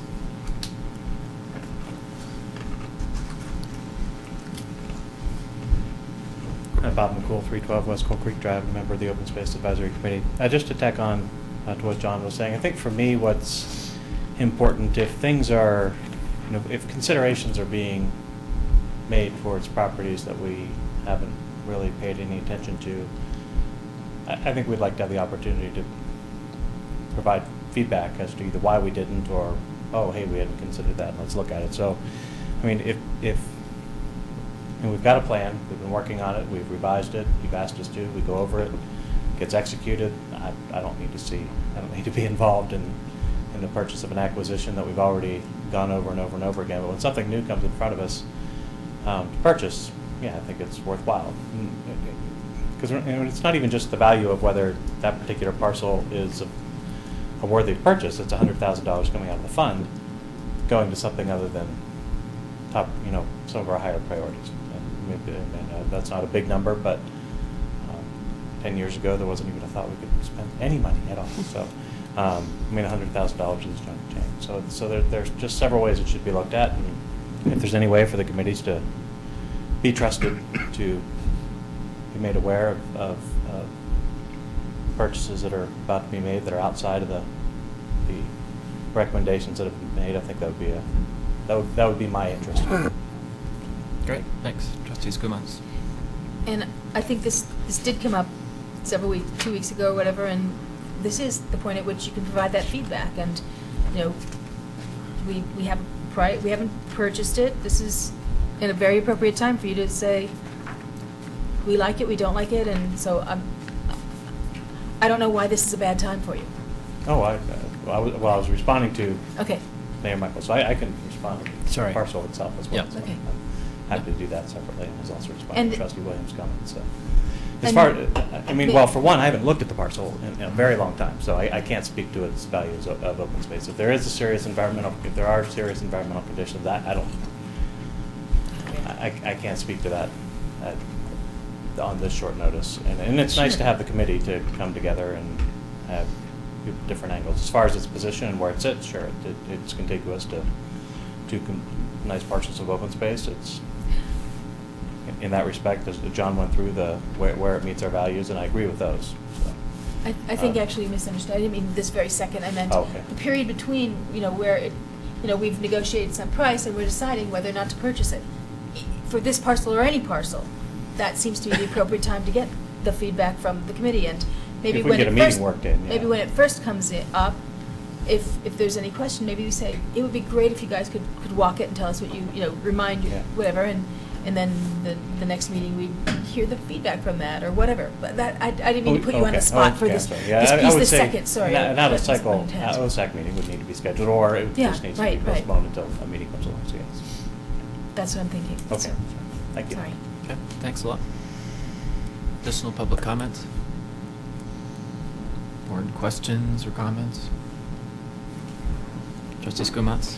So I guess I'd like to see us carry this over for 2 weeks and try to get the environmental assessment done, and maybe ask if the OSAC committee would be willing to walk that piece of property in the next 2 weeks and let us know before the next board meeting whether they see any big issues or not. And I don't want to make them responsible from a legal point of view on it or anything like that, and that's why I think it's appropriate for us to hire someone who's got that expertise to do that review, and that seems like that seems like a fine thing, and it doesn't look like that's, I mean, if that's gonna kill the deal, I guess I need to know it, but it didn't seem like it would. Trustee Skumatz, there's two ways of accomplishing that. One way is to actually continue approval of the agreement. The other way is to approve the agreement and allow for an adjustment of the deadlines, so we can actually have an inspection as part of our inspection period in which we can actually then object to it. So you could still approve the agreement, provided that we adjust the deadlines, which are going to need to be adjusted anyways. That would be one way to just get that taken care of tonight. Thanks. What? Trustee D'Souza. So I agree with Trustee Skumatz on that. I think if there were anything glaringly wrong, that was easy enough for the Open Space Committee, that we did look at that property before, and Smith Environmental also took a look at it, but they didn't do soil samples and things like that. So, you know, if there is allegations have been brought up that it's, you know, some horrendous site, and I think it would be worthwhile to find out if we're creating some liability for the town. So I would agree that it would be, if it's for $1,000 to do, to have somebody check it out and just make sure. Will it kill the deal? I don't know that it'll kill the deal. I guess what I find frustrating is we asked that question 2 weeks ago and only one board member responded to the inquiry. So we'll do it. I saw it in your weekly digest. We'll do what you It wish. seems like I had others that said, I don't need it. I'm comfortable with it because of its contiguity, because of its size, because of its history. You know, in terms of gross contamination, I guess one person's manure is somebody else's fertilizer. But, Yeah, that's what I thought, I don't think there is, but. And the only reason I bring it up is because, you know, I don't want to set a precedent. I don't want to say that all anybody has to do is say, oh, this is really badly contaminated, and then we have to, like, hold everything up. But on the other hand, if the question is raised and we don't investigate it and later there is a problem, then I think that puts us in a different situation than if no one raised anything up front and we didn't analyze it. So that's what concerns me, that because it was brought up and we blew it off, that to me causes, that puts us, to me, personally, seems to put me in a different position than if something hadn't been raised. But I don't want that to be open season on, you know, we'll just make wild accusations or whatever, so. Trustee Gregouris and then Trustee Williams. Yeah, I'm comfortable with voting for it, but like you said, extending the time to do an inspection, putting some additions to it. Hopefully it's not going to kill the deal, but it's going to postpone the closing of the escrow. Trustee Williams. Well, I definitely agree with Trustee Skumatz on sending it to OSAC and then also getting an inspection. But I want to go one more step further and get some kind of cost on what it would take to restore the land. And I'm looking at it in terms of, if I'm just going to spend $100,000 on this piece of land and it costs me $100,000 to restore it, I might think twice about it. May not be worth it. But I want to know what that is. Then help me with your definition of restore. Okay. You want buildings put back? That restores its architectural and historical character. Okay, I'm thinking restore means there's debris on the property that needs to be disposed of. So cleanup. Cleanup. Okay, that's why I'm looking for clarification. Restore is a pretty broad. Okay, and yeah, I'm not asking that we're putting you know, beautiful plants and trees back on there. I'm asking someone has to dispose of this. And if it's the town that is responsible once the land is ours, I want to know how much that's going to cost. If it's the seller's responsibility, then that's different. I can't imagine selling a piece of property that has just debris all over it and expecting the buyer to deal with it. I mean, that's just my point of view. It could cost me more to dispose of it than it is to buy it. Actually, that happens all the time. You sell it as is, and the buyer beware. Buyer understands that there's debris there, and they have to clean it up. That's at their cost. That's very common real estate transaction. That's right. Buyer beware. I'd like to know how much it costs to dispose of the debris, period. Okay. A price to dispose of debris. That's clear. That's pretty specific. That's pretty specific. It's more so than... And just thinking about it from how we would deal with that, if we approve the contract, that's going to we'll provide that to the board, I guess, to review. And if if it's too much, or staff will review it, then we'll have to basically make an objection before the deadline for objecting to site conditions. But just a clarification, there's a building on there, right, and there's some farm equipment, but, I mean, it's not a junkyard. It's not just, No. it's not covered with stuff. That's why I'm looking for the right? clarity So- of, restore, clean up, fence, unfence.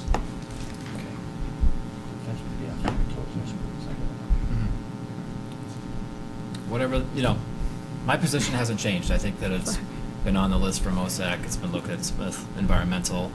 I don't think that there's any downside to this.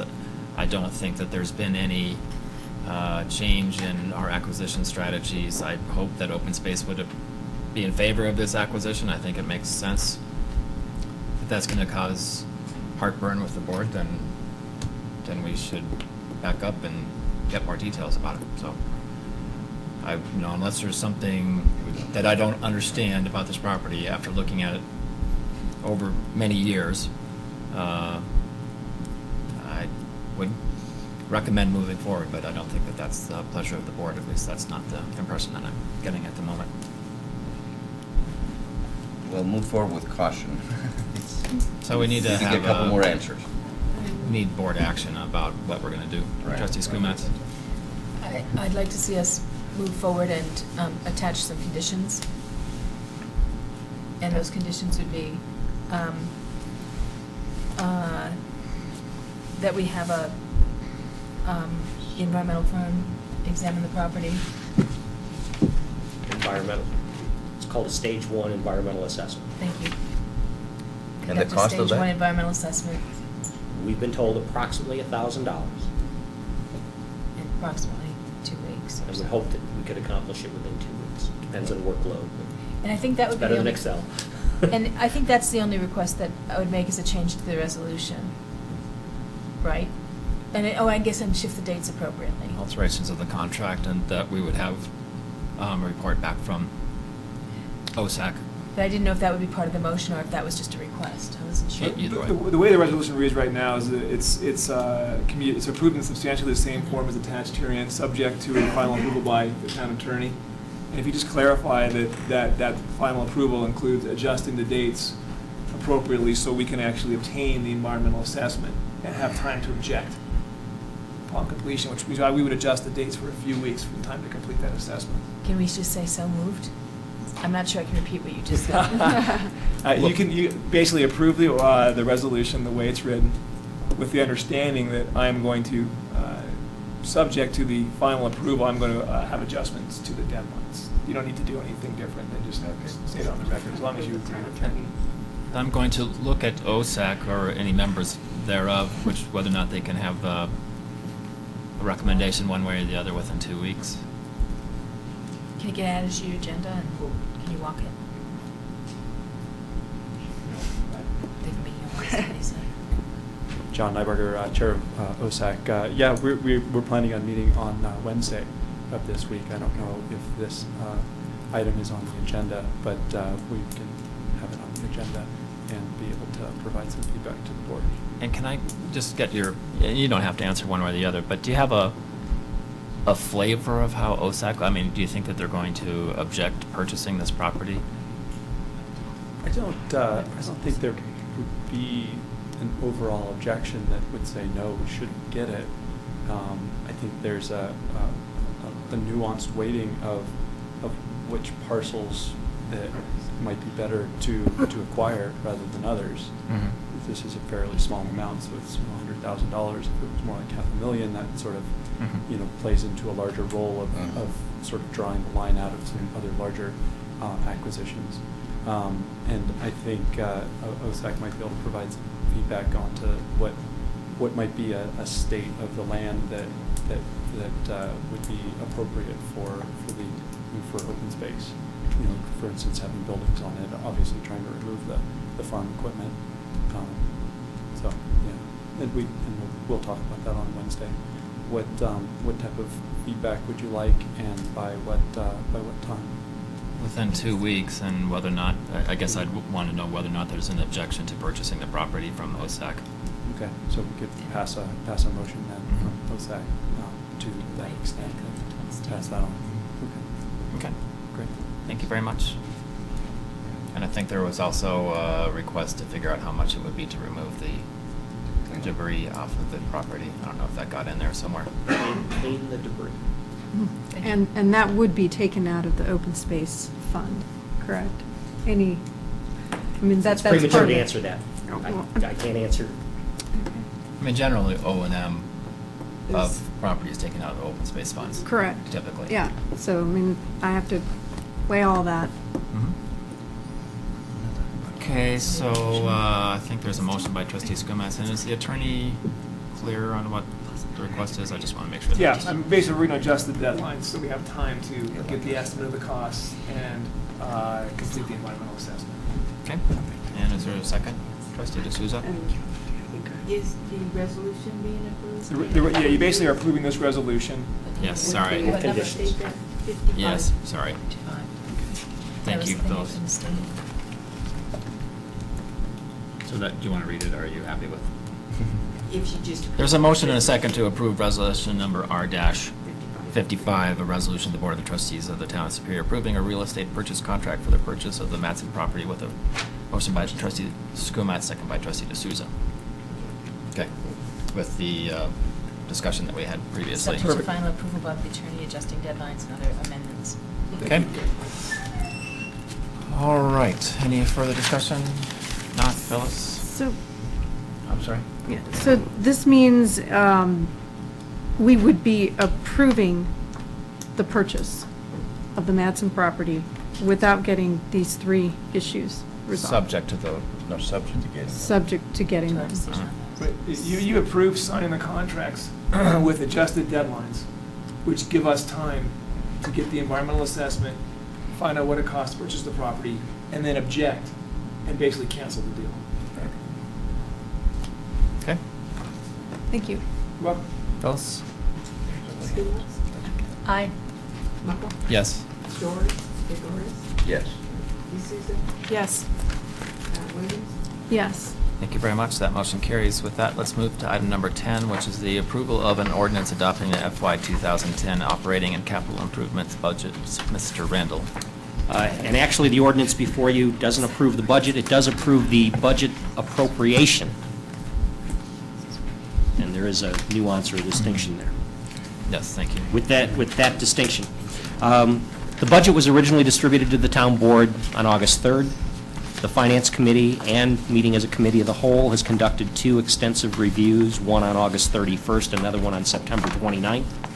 In summary, and I'll be very brief, I mentioned earlier there are 6 different budgets that the board will ultimately be approving. Cumulatively, the total expenditures amount to $33,800,000 and change. That's approximately $888,000, or 2.7% higher than our adopted budget for FY 2009. There are 2 very significant cost centers that attribute to that significant increase. One is in the open space fund, where expenditures are expected to increase from roughly $1.1 million to more than $2 million. And that was a policy request from the Open Space Advisory Committee that instead of maintaining open space acquisition money in fund balance, everything in fund balance be allocated to the land purchase line, so that if anything came available through the course of the coming year, it was budgeted rather than a quote-unquote unbudgeted expense. So we've done that. We've taken all available fund balance and put it into the land acquisition line. The other significant one is the interchange, Superior Interchange, where we're anticipating a significant expense, roughly $480,000 to begin design for the Northeast Loop. Obviously, we're still in discussions with our neighbors to the north over the propriety or the ability to proceed with that particular improvement, but we're budgeting for it as well. So with those 2 significant adjustments upwards, you can see that actual spending on non-capital related items is down significantly. As I mentioned earlier, staffing, no changes, either in full-time or part-time staffing. We'll be staying at the level that we have been at for the last 2 years of full-time staffing of 25 employees.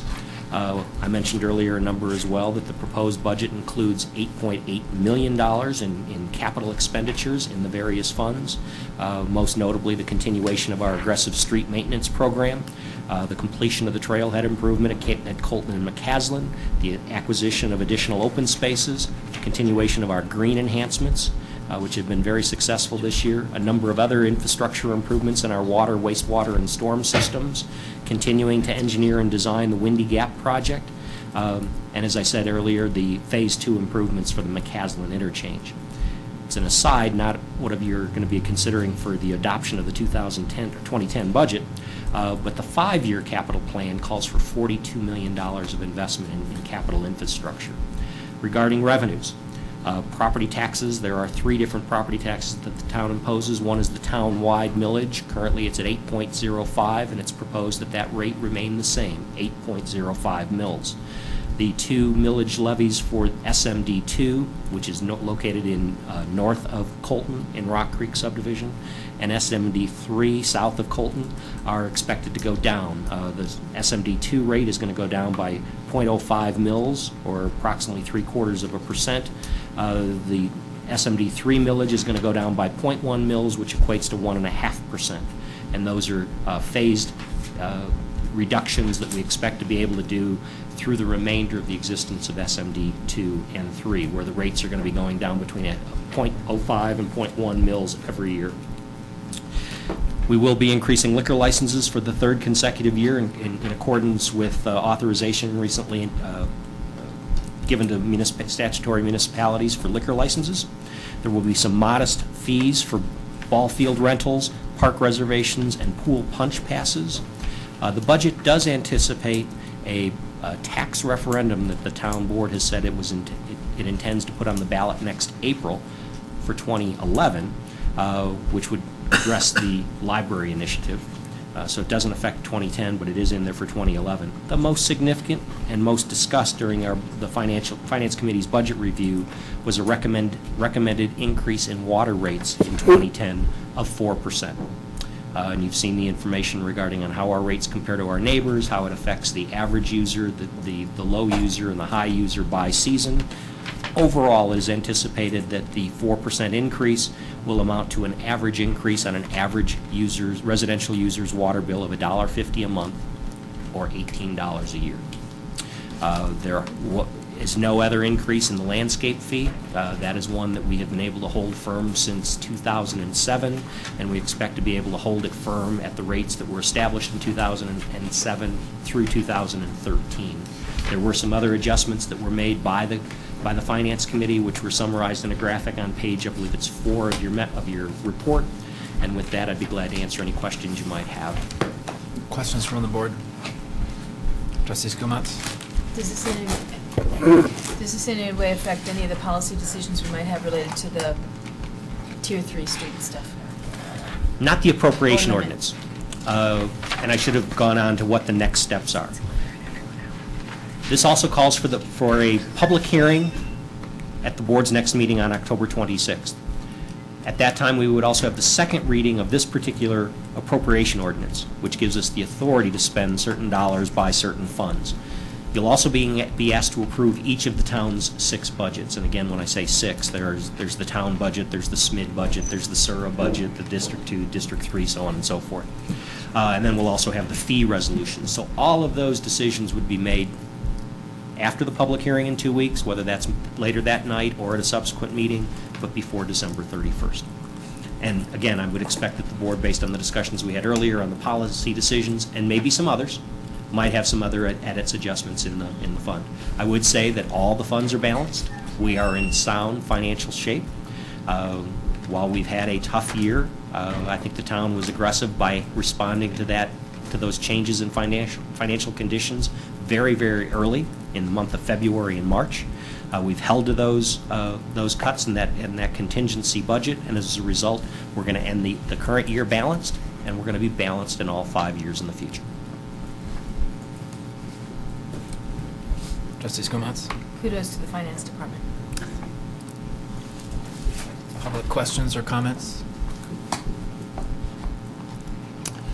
I guess I just have to say once again, I think that I mentioned this, the Planning Commission, and it has to go with the kudos. I mean, it's very well-prepared document. A whole bunch of effort has gone into it. The discussion of the capital expenditures is an extraordinarily helpful way to approach this, and I thank the town manager and the finance staff that for doing all the yeoman's work here. It's a really good document.